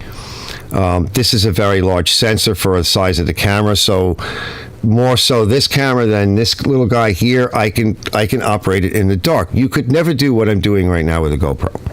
You wouldn't be able to see me. The image would be horrible. You have to have a lot of light, and even with some of the better cameras, light is light. Like, you need a lot more of it. So that's the kind of stuff I'll be looking into in the future. So changing the way I'm using them, and I've been testing on that, and I think now after a couple of years of using them or whatever, I've tested them a bunch of different ways and learned and watched. And then you go to school, right, basically. And I'm like, okay, I've settled in on some automatic settings versus some manual settings and what the cameras can do. Yeah, lens size does matter. Let me catch up. Oh, Meta's still here. Hold on, let me catch up. Let's see. So I want to show the computer a little bit. So while I was having all these problems, I plugged in the camera one night to finish a sequence, and I wire it in, right? When I wire it in, when I'm close to the wires in here, and it wasn't working. And I traced it to a USB adapter card, a USB-C adapter card, which I'll show you in a minute. It just so happened that, the shit all rolls downhill at once. It's like it's like the snowball starts, the next thing it's an avalanche. I'm like, crap, now my computer's not working. Like, is it the hack? And it turns out, like, it's the summer, and I was mentioning to Mater the other day, I'm like, I had to clean my computer. Because he wants to, he's in his garage, his shop area, and he does a lot of woodwork stuff. Which woodworking will make the computer overheat if you get it in there, a laptop, whatever, even your phones. I mean, if it gets in, but it won't short it out. Well, the overheating could wreck it. But I do all this equipment and stuff. So rust is an oxide. It's semi-metallic, and our computers and cameras are basically, the semiconductors made from semi-metallic and other substrates and things, gallium and whatever is in some of this stuff. The semi is exactly the point. I mean, I've got to the point where there was a couple of times where I actually had to take the whole computer apart and literally wash the motherboard. It was so much. I put filters on it, but it gets off the bulk of it. But what gets in is so fine, and it builds up over time. That's the comment I made, that I shouldn't have this camera outside. It's because this camera is the cheaper one, and it's not a sealed camera. That is one of the benefits of GoPros, or putting a GoPro in the case. Having even a cell phone out in your shop. If you're doing a lot of like rust abatement with the wire wheels, and it's just the shit in the air. This one, it's a plastic body. That's how they make it cheaper. It's not sealed. It's not weathertight, weatherproof. That one is a metal body camera. Looks the same as this. Got a better processor. It's sealed. It's not underwater rated, but if it started to snow and drizzle and rain while you were doing a shoot, you'd want to put a hood over it. You wouldn't freak out. It wouldn't be good. But I've had it where on some of the days where I've been outside, and you guys know, like, I like to show some of my washing sequences. Try to make something. Sometimes I just like it. Sometimes I do it for YouTube for Superclean, right? Because they give me the Superclean. This one day with that lens, not this one, but I saw everything was full of fog. I wasn't using it to shoot. in front of the pressure washer. It was nearby at a distance, and I was using this cell phone here, which is more sealed. And I was using this to shoot the water sequences. And this gets wet and doesn't care. It gets wet. I mean, I try to keep it out of the plug holes, but it gets in harm's way. This one was not in harm's way with the cheaper lens, and it was all fogged up. There was water in it. Nothing happened to it, but I had to let it dry out, and I had to wait for like a sunny day. I put the stuff outside for a little while, let it cook. I brought it in. Once I saw that, I'm like, oh, in you go. So these are some of the concerns. And the dust, the water, the humidity, being exposed to it, a lot of things can happen. Let's go to that sequence real quick. Where am I? Minimize this.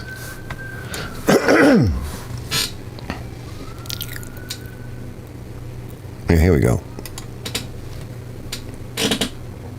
Because I'm not ready. Let's see. Yeah, here it is here. All right, let me cue it up. It's going to be over here. Blew it out. It was filthy. This is probably the offending piece. And we could move it, but if I move it over to that one, it'll cover over this fan a little, but I don't think that'll be a big deal. But we really don't have a choice. I don't want to move anything else. Let's try that.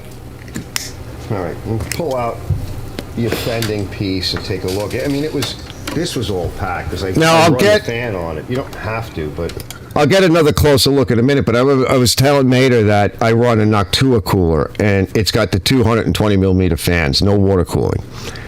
I don't want the hassle of a water cooler. The nice thing about these Noctua coolers is you buy it once. What's going to happen to it?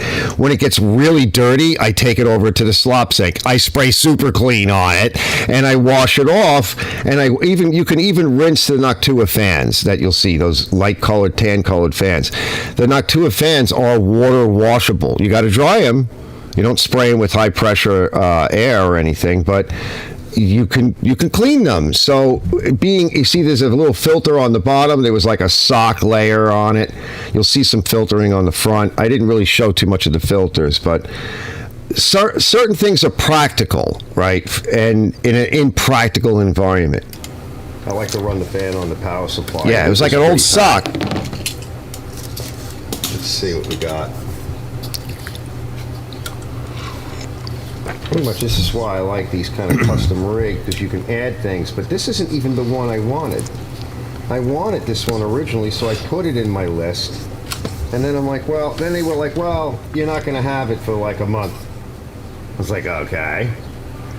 So, all right, then I won't have it for like a month. So I found another one. I'm like, you know what, I want a different one with 2 ports, USB, there's a USB-C ports.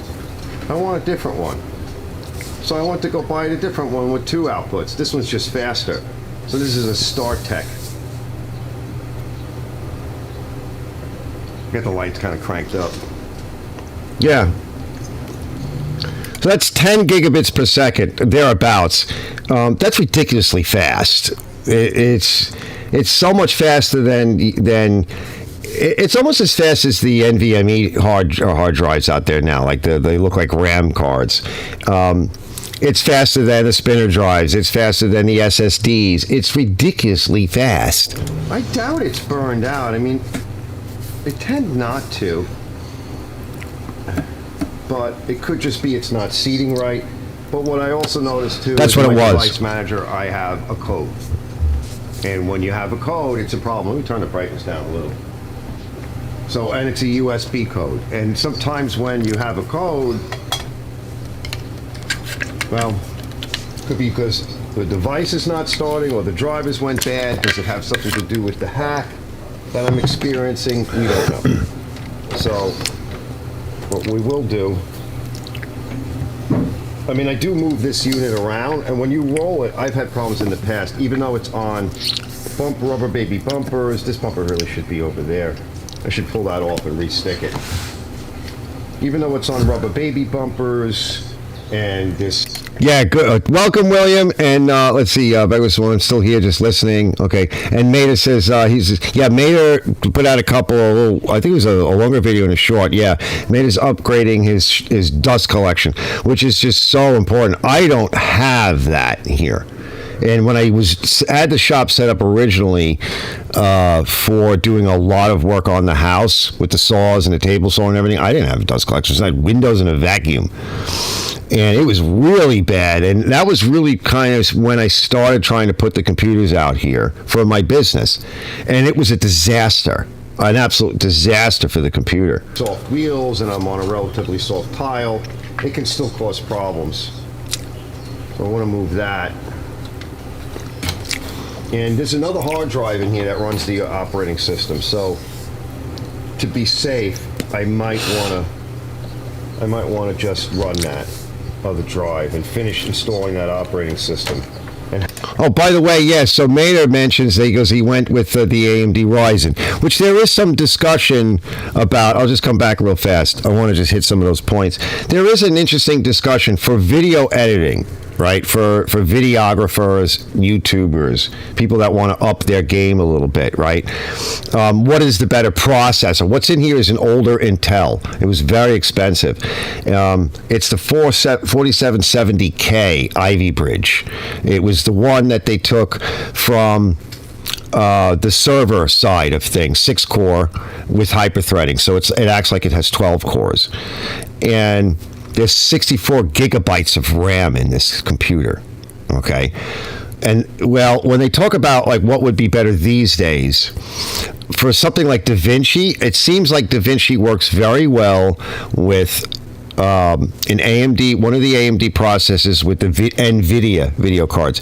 And by the way, if you want to ever do like live streaming or recording to your computer or laptop or what have you, OBS likes NVIDIA capabilities and drivers more so than the AMD video cards and stuff for rendering and access through, because the audio and everything goes through. The video card has a lot to do with how fast your computer can handle this, well, video graphics and videography and video and sound. And I had mentioned before that I want to buy this year. I want to buy the DaVinci software. You can buy it. You don't have to pay monthly like with Adobe products.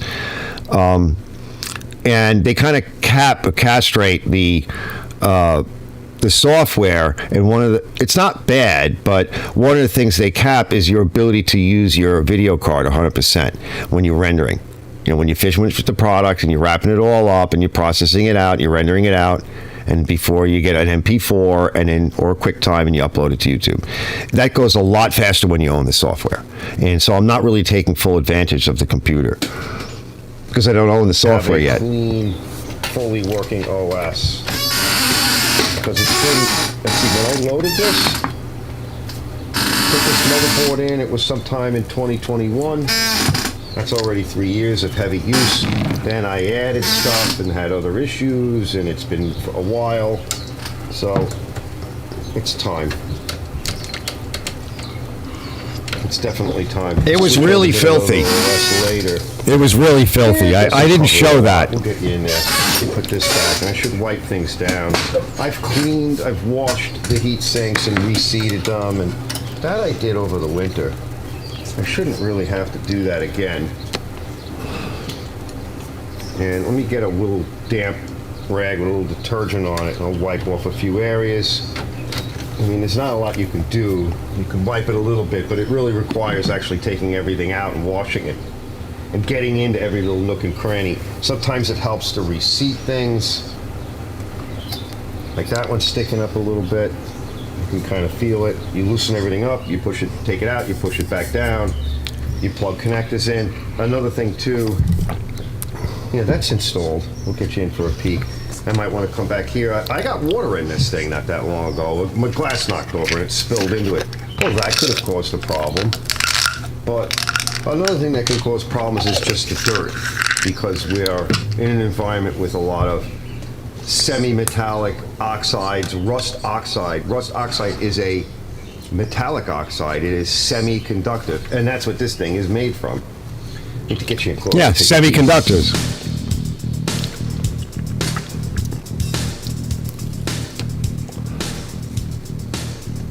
That doesn't block the fan that much. And we'll probably have to pull some more excess of the cable if I have it. Yeah, that's a nice heatsink. Yeah, it looks good in here.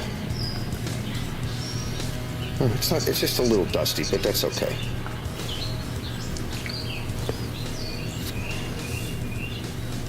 And these are NVMe drives. So you got all those hard drives in there. One there, one there, one up there. So it's 1, 2, 3 regular SSDs. 1, 2, 3 regular spinner drives. And then 2 NVMe. That's what these are. These are NVMe. And that is the USB-C. So I really need another USB-C. And hopefully that works. We're going to blow that out. Well, that's a little bit better. A little double-sided tape. I mean, I can hot glue it on. That's nice, too. This back. And a little bit of solvent, and then follow up with some brake cleaner. It's always nice to have a little spudger of some kind. All right, let me cut these out. That device is a 1X device, but these should auto detect all of that. We got a little nervule there, but that's okay. We'll put it here anyway. See, This gives it some clearance, so it can breathe in that fan. It's going to be sitting on it. And the ones in the front are a little taller to provide a little air, because this is custom. I drilled the hole. It's an old Antec 1200 case. Yeah, remember, mate, I was mentioning, I'm like, I've drilled holes in my Antec. He's like, I don't really want to do that. I can. And then I'm joking with mate. I'm like, you could use your router.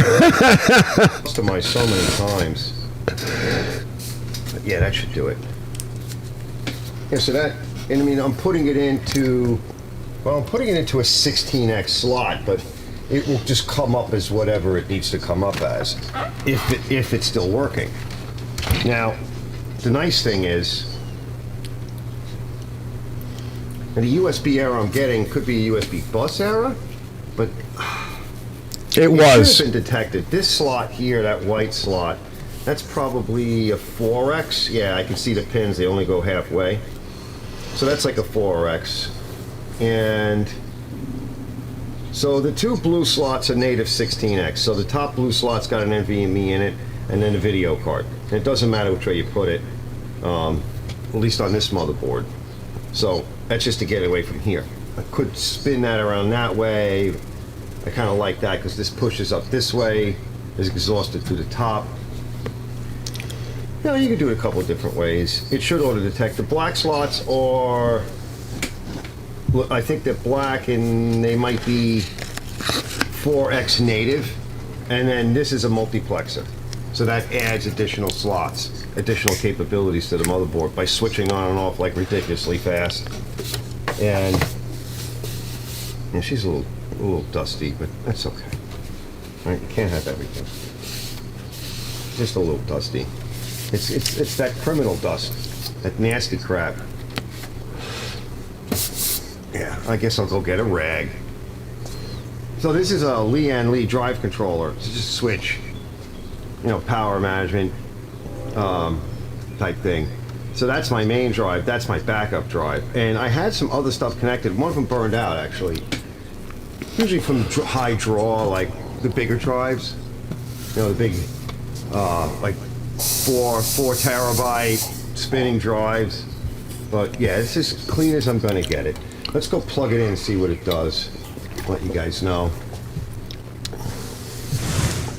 And it's back in its home. I gotta put the covers on. I washed one, that one's dry. I just washed the other. I think that should be dry. But let's go take a look. Here's this nice cover I made, by the way. I'm waiting for the filter to dry. It helps. The filtering helps. All right, got the nice Lenovo. It's my cool Lenovo laptop. Yeah, that's so nice. The only wire I have that's extra right now was plugged into this. Okay, so that wire had to come out, goes in here. I need to find another place for this until I can put a different router out here, router switch extender, because the Wi-Fi is just not fast enough, and I'm running Windows updates and stuff, and we'll use this computer now. We're going to run some diagnostics on this as well to make sure it's still safe, and we're going to use this to deal with this.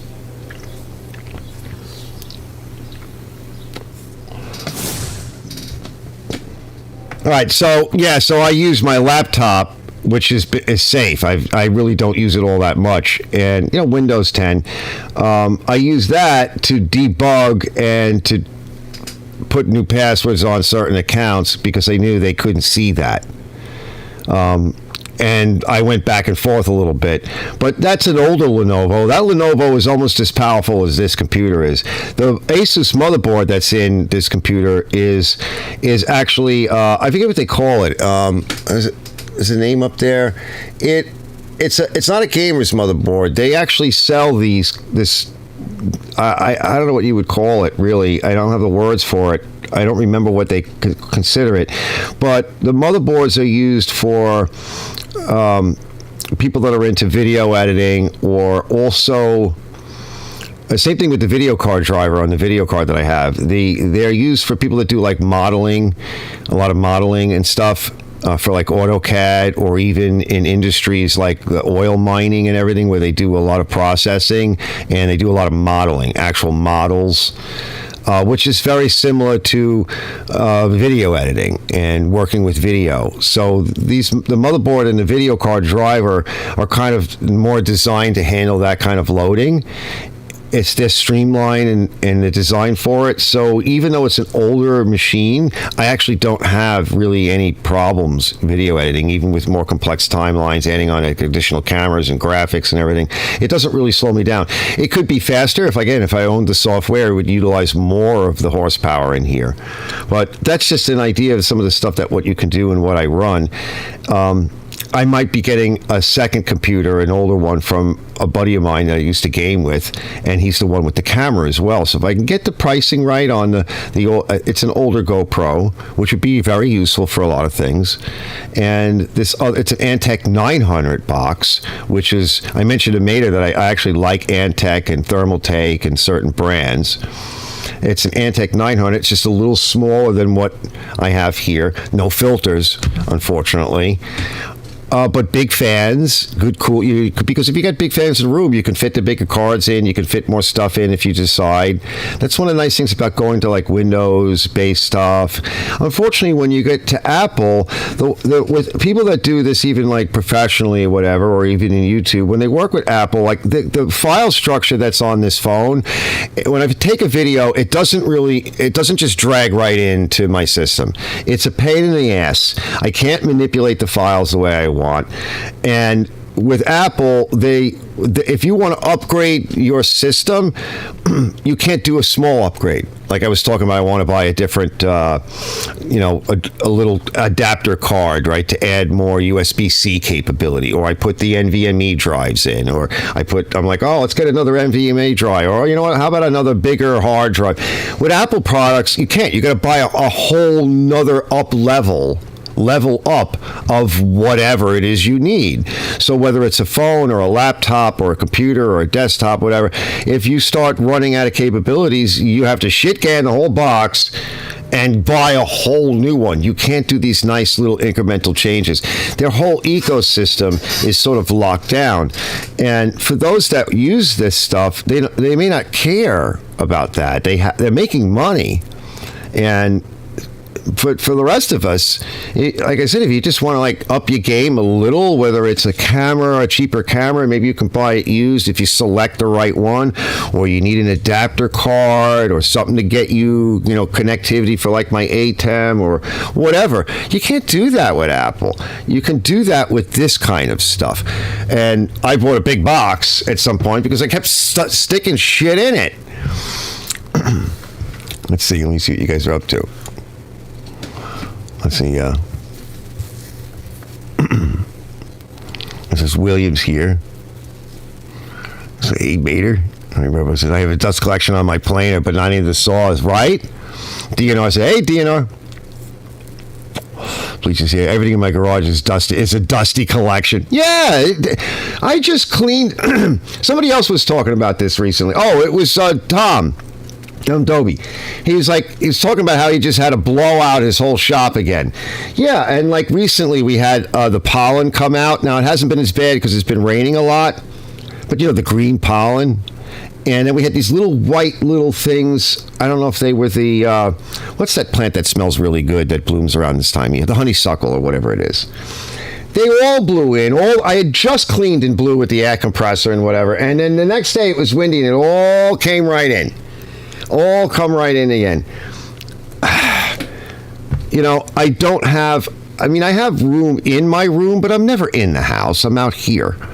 So this is where the room is for me to stick stuff like this.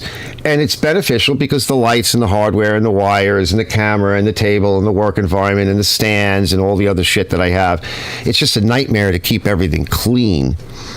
So anything that we can do to keep it a little cleaner or maintenance it more often. And I've had issues where if we've had a hot August and end September, I've seen it where like mechanical hard drives will die when they get to be a couple years old, maybe 5 years old, whatever. And I like mechanical drives because they're cheap and they hold a lot of extra data. So if you don't need it fast, you can, that's why I was using those switches for a while. I was actually backing up and then shutting the drive off. And it turns out that's not really a good idea to do to a mechanical hard drive. You could do that to an electronic drive. But the heat, and I've had a number of drive failures in like September, from the heat. I mean, I have some AC, but as I mentioned, I got to replace the one in the garage. I have insulation up here, but it just gets really hot. It gets hotter in here than it is outside. Even with fans and stuff. And the thing is if you're recording, and like some of that, you hear the air compressor going because I was using it. So that's a noise in the background that's not good while you're recording. If you have a fan going, you hear the fan. If you're outside, you could hear the wind blowing and the noise from the traffic. That's actually kind of far away, but some of these mics will pick it up. This mic can reject it, but only if it's aimed away from the noise. So usually I'll use this mic when I really care, but you got to remember to take it, put it on, set it up, aim it, and if you have to walk behind the camera, it won't hear you. It'll just be muffled and shitty. And what I found, like the onboard mic on this camera is okay. It's a little thin. The onboard mic on that camera is much better, but it picks everything up. But it does sound better. So it's a little frustrating. Let's see. We made it says, I'm putting an Antec Prism 1200 ARGB fans with the controller and the computer. Yeah, and the controllers are nice. I actually used to run those for a while. My motherboard can control the fans, and I can set cooling policies, or I can manually control them through the desktop. You bring up a little app. But I found that the onboard apps that, like especially Asus, the Asus fan controlling app is a disaster. It's always been a problem. I don't know if they fixed it on new motherboards, but it's always been a problem. It causes all kinds of problems. The controller on the motherboard that you set up in the BIOS, that's not a problem. So I just set the cooling policies the way I wanted in the BIOS, and then you'll hear the fan once in a while. You'll hear them. Like this time of year, they come up a little bit more. They get a little bit noisier. But the bigger fans don't have to spin as fast. So they make less noise. But you need a bigger case. That's why I kind of mentioned to you, like a bigger case is kind of better in a lot of ways. I know it's bigger, and I mean, they make computers that we can use for video editing that are small, but they start to get pricey, and you can't modify them. Like you can't add something because they're all built to do one thing. And they might do that one thing really good, maybe one or two things, but if you ever need anything else, you're out of luck, and they're not cheap. So just some stuff that I wanted to share a little bit, and I'm glad Maida came in. Maida, I'm glad you came in because I didn't do a show last week because we were at Ken's,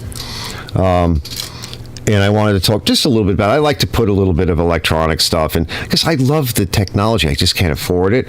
That's why I like these cheaper, smaller cameras that you can get some almost professional, really nice results.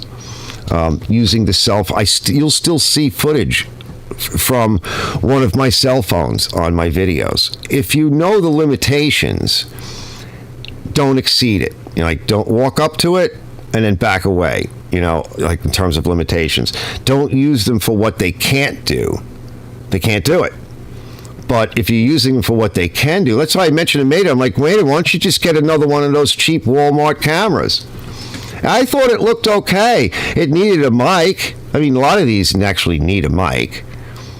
Honestly, even like Brett's nice cell phone, and especially when he's on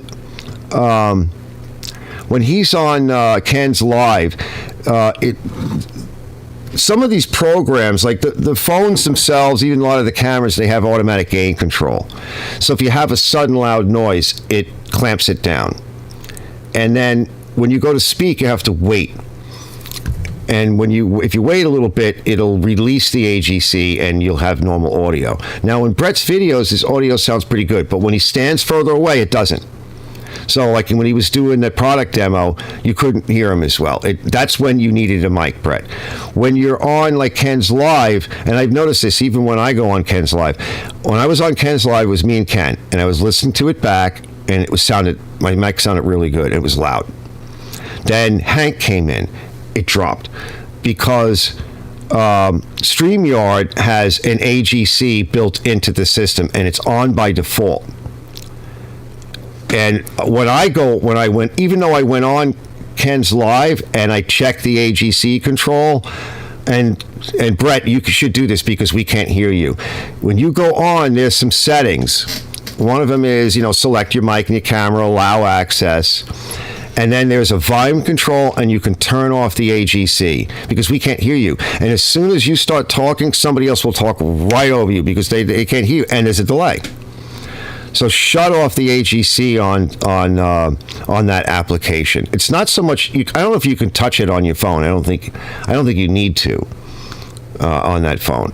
It's mostly on StreamYard because we can't hear you. I actually like the setup that we were using it. I kind of convinced you into it. Remember when you had the setup where, I don't remember how you did it, but you had, I think, like your ThinkPad or whatever, or you had your notepad or whatever it was, and the cell phone, it was on a stand, or something was on a stand, and you were able to sit back. That was like on our live show that we did that. You put a stand. I like that. It sounded good. You weren't moving around trying to read everything, and we weren't looking in your ear and stuff. That was nice. Why'd you stop doing it? Was it a pain in the ass? Yeah, it's a pain in the ass. Yeah, guess what? Every time I sit down to do a live show or set up anything, it's a definite pain in the ass. Everybody likes the phones because they're quick and easy. And I think next week, it's too late right now, but I wanted to show a clip of, I watch a fellow that does a lot of camera work. And one of the things he talks to cameras, he's big into cameras. He's a younger fella. And one of the things he does is studio tours of like big name people. And he went and he did Adam Savage, from Adam Savage from, Mythbusters. And Adam is very interesting. So I want to show this clip, and I think I'll do it next week in a separate segment. I'm not going to do the whole clip, but Adam came to the realization. Now remember, he's a professional artist, mechanic, studio, video, you name it. The guy has had his hands on everything. He's been in courses, he's been in movies, he's had his own TV shows. He knows equipment. And what he found, he uses some of the latest iPhones. I think it was the 13 and something else he says. He says it in the segment, so that's why I want to run the segment separate. There's a lot to learn. And what he said was they tried using like the nice little like clip-on lavalier mic and that some of these companies are making. They're very nice. You had good clear sound, all that. He goes, but it didn't sound right. He says, I had to watch my video playback when I first started doing this like 3 times. And I was like, get rid of that. I just want the mic on, either a mic on the phone or that mic comes with the phone. He's like, because I do a lot of this intimate stuff where I get close to the camera, I turn. He goes, a lot of times, a lot of it, you see the front-facing camera. And even though the quality is a little bit less, the way he does his show, he's grabbing at the camera, he's moving it around. Like, it's everything that's not all of his other stuff. It is a different feel, and he has 2 phones that he uses, and because they're iPhones, you can't just swap out a card. He says, we were doing that, and we were going through the cards with the cameras at the end of the shoot of the day, and it was just a pain in the neck.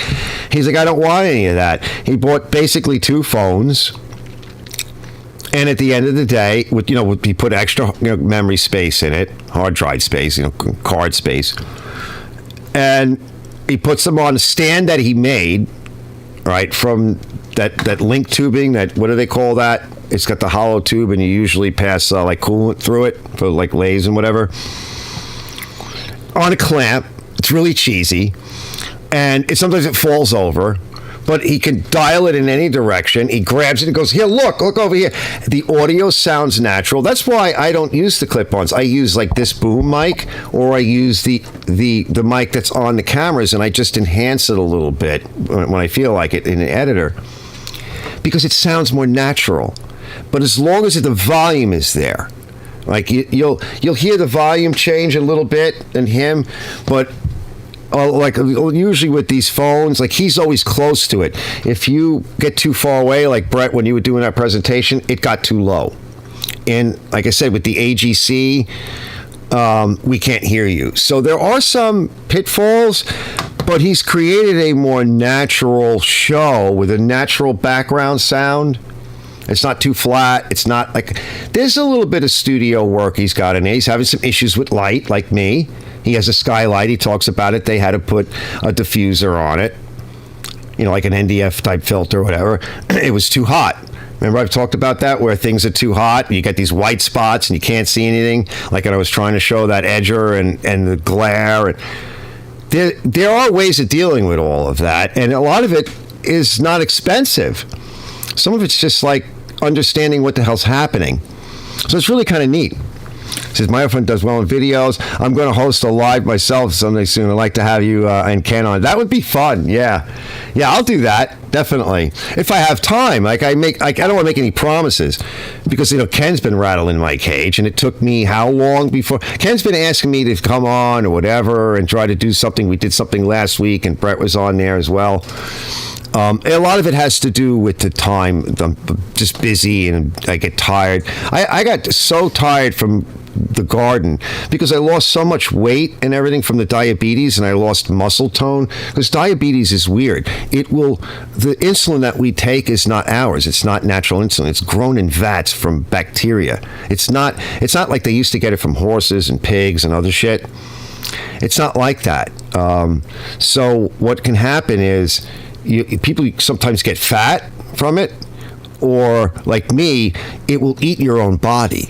It literally will. Like, you'll build up muscle tissue, you'll eat, and then between the issues I have with the diabetes and the insulin, instead of just using the energy that I ate properly, be like, no, let's chew on his muscle tissue. How about an organ? Or how about your eyes? Or how about his kidney? Let's go for the kidney today. Oh, let's get rid of the nerves in his feet so he loses his feet. I mean, I'm joking about it, but it's fucking serious. That's how I lost my teeth. There's nothing wrong with my teeth until I got the diabetes, and then it was like fucking popcorn in a microwave. So it's very hard to deal with that. So after I got done today, we were out. The lady helped me a little bit. She couldn't do it. She tried doing the rototillin. I could barely do it. I had to keep stopping. And, we had fun. I got it all done. And I was sitting out here for a little bit. I was trying to catch a little bit of the rerun of Ken's show. I actually caught the last half hour of it. I passed out here for a little bit, and I'm like, you know what? His show's over. I'll check it later. I got through almost the whole thing. I'm going to go lay down for a little while, and then I'm going to eat. And if I'm done in enough time, I'll do the live show tonight. I had a rest. I was shot, but I got a lot of sun. I got some good exercise. I got the rototiller going. As you saw, the ground looked great. And she already started some plants, so we'll get those in. We're a little behind. But what are you going to do? It is what it is. You can only do what you can do. But it was fun being out. It was really nice out. Last weekend, I think was it Monday? Yeah, the holiday. It downpoured, so nothing got done out there, which is why I'm a little bit behind. Another reason why I'm behind. So I like to do all this stuff. Like, I'm actually a little behind in my videos because of the hack and everything else. So I think we're okay now. I have to fix a few things in OBS program because I can't hear everything. Because I stripped a lot of the computer and changed a lot of settings and hacked at it. Some of those settings obviously have been changed, and I have to go back through this stuff. It's a lot of work, doing this stuff. You get these people, they complain to me about this or that, and they act like you make so much money from this. You're a YouTuber. You could afford it. I'm already having to pay. It's free for you. What are you yelling at? Oh, 8 minutes in, and all I saw a 16-minute video, and you're 8 minutes in, so who cares? I like that one where I mentioned it the other day, where somebody was complaining that Brett or somebody else wore gloves too often. I don't remember who it was. And I'm like, what do you want to see, the guy's hands? You want to see his feet too? It's just the stuff that they say sometimes is so weird. It's so weird. You said 3/1000ths of an inch. Nowhere in there. Not only did I not say it, but I scrolled up the text on the screen with the stock specs in regular and metric. If you didn't look at that part, and in your own head you're seeing, I don't know, demons and angels or whatever the hell you're seeing, watch the video, bros. Yeah, it was James. Yeah, it's James. Yeah, it was good to meet James. I don't think I've actually met James. Like James's video, he's using the modern cells. He keeps it similar to like the way the setup is with the crazy one right over there. But it's not crazy at all. He keeps the camera close, which means the microphone is close. And I like his presentation. It's straight. That's what I was telling them. Like, it's a very good. If you were going to start a YouTube channel, watch James and pick apart everything. Like, watch James now. I mean, you can watch James from years ago, but watch him now, and then try to figure out technically, and all of that, like exactly how he goes about it. And even if you're a YouTuber that's been doing it for a long time, don't watch James for what he's doing. Watch the James show or what he's doing, and then be done with that so that you can get that out of the way. Then watch it again, and that way you can ignore what he's doing and what he's saying, and watch how he's saying, how the shots are, the kind of lighting. Watch it technically, and ignore the rest of it. That's why I say watch it twice, because you're going to want to see it the first time. I was looking at that stupid little weed whacker thing. I have one. I don't think I released a video. What I liked about that one is it has a longer neck than the ones that I've had and have sold in the past, with the green ones from Craftsman with the nice Takumi motors and stuff. Those have a shorter neck. This one's got a much longer neck, so you can kind of get in and poke, and I kind of like it. It came out nice. The only complaint I have about that whole scenario is I would never bring that filthy, disgusting machine in my garage or my shop like that. Everything gets cleaned outside, right, with the Superclean and whatever. Everything gets hosed. Nothing comes in. I don't sit and scrape and do a pressure washer, major chemical event, right? Clear the area. Everybody stand back. Get in there with the chemicals. More pressure. Let's bring the cat pump out now. Right? And then it comes back in. All the stickers are fucking gone. Any paint that might have been kind of clinging on there, it's long gone, right? All the insects are gone. Everything is gone. I put it up on my table. I'm like, ooh, nice clean machine now. Now let's just see what's wrong with it. Right, none of this little dedicated. He was like poking at something with like this little like dental pick, and he's like scraping on that little post for the. I guess it's part of the ignition and governor assembly or whatever. He's like doing this. I'm like, no way. Wire wheel. Is it moving yet? Put some acid on it now. Oh, there we go. Now some lubricant. Tranny fluid mix, right? Got to put the soy sauce mix on there. Oh yeah, she's moving now. Like, I never do this stuff. That's the only complaint I have. I'm watching it and I'm going, what are you doing? Bring it up. So he may not have a thought for that, right? We don't all have that, right? You can't, because you're doing it in your garage, and I just get the feeling that if he did that, if he brought it someplace and his wife's around, she'd be like, what are you doing? You're making a mess on the driveway. I parked my car and I stepped in it and I tracked it through the house. Because, yeah, that can happen, Why'd you track all the stuff in the house? What are you doing with that, I wanted to bring that vacuum in, and my ex-wife was like, what's with that? You're not bringing it anywhere around here. I'm like, sure I am. First of all, I'm divorced, right? We just happen to still own the house together. even if I wasn't divorced, you think, like Liz, how many times Liz told me, don't bring that microwave in your garage. Why? What's going to happen? Just don't do it. Well, like an idiot, I did it. I had termites come out of it and roaches and whatever. There was one that I did when I first started. I had one of those overhead valve Briggs motors, and it was in on my mother's work table, or picnic table. Sorry, Ma. Right, which I still have, which kind of fell apart a little bit again. Ma, I fixed it. I had it in the garage, and I'm taking the motor apart, and I didn't clean it.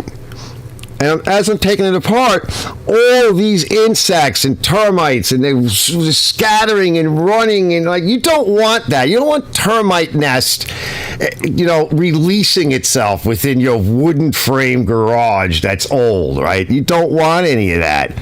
So I learned long ago, these things, I've gotten poison sumac, poison ivy, poison whatever, because it's on the machines. The mold, the spores are on them. You can get it on your gloves. That's why the gloves are nice. I like the leather gloves, but I had gotten a pair of leather gloves contaminated, and I couldn't figure out, why am I getting reinfected? Because I probably should have used plastic gloves, latex gloves. The only thing about the latex gloves is if you're worried about banging your hands, right, you have no protection. If sharp edges, rusty.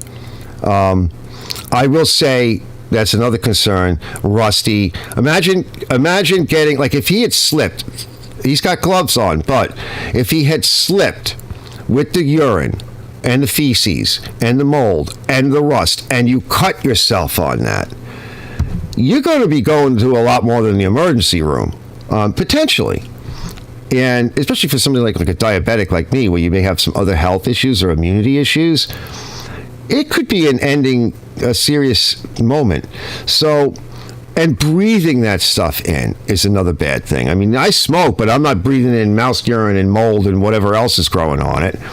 So that's why I like to say, fellas, if you're working on an unknown machine, your stuff, but these unknown machines, even at like Brett at work, just be mindful of it. And I'm going to get out of here on that. It's 2 hours and almost 30 minutes. I'm really had a good time. Yes, Brett, you do good. It scares me a little bit. I think that is your best impression, honestly. And Malhouse, when Malhouse was on the other day, I caught you imitating him. Okay, I caught you, Brett. All right, I know what you do. You just did it for a second. I'm like, he's actually imitating. It's the two of them together. It sounded like two versions of Robert R.M. That was funny. I'm getting out of here. I want to say thanks to everybody for coming tonight. Let's all get some rest. Tomorrow's going to be nice out. As Brett says, it's the Lord's Day. I like to try to slow down, but I'll do a little bit tomorrow and take it a little easier and consider my options and enjoy the day and bless the Creator for all that we have. Don't worry about what you don't have. You don't have it. Don't worry about it. I'll see you later.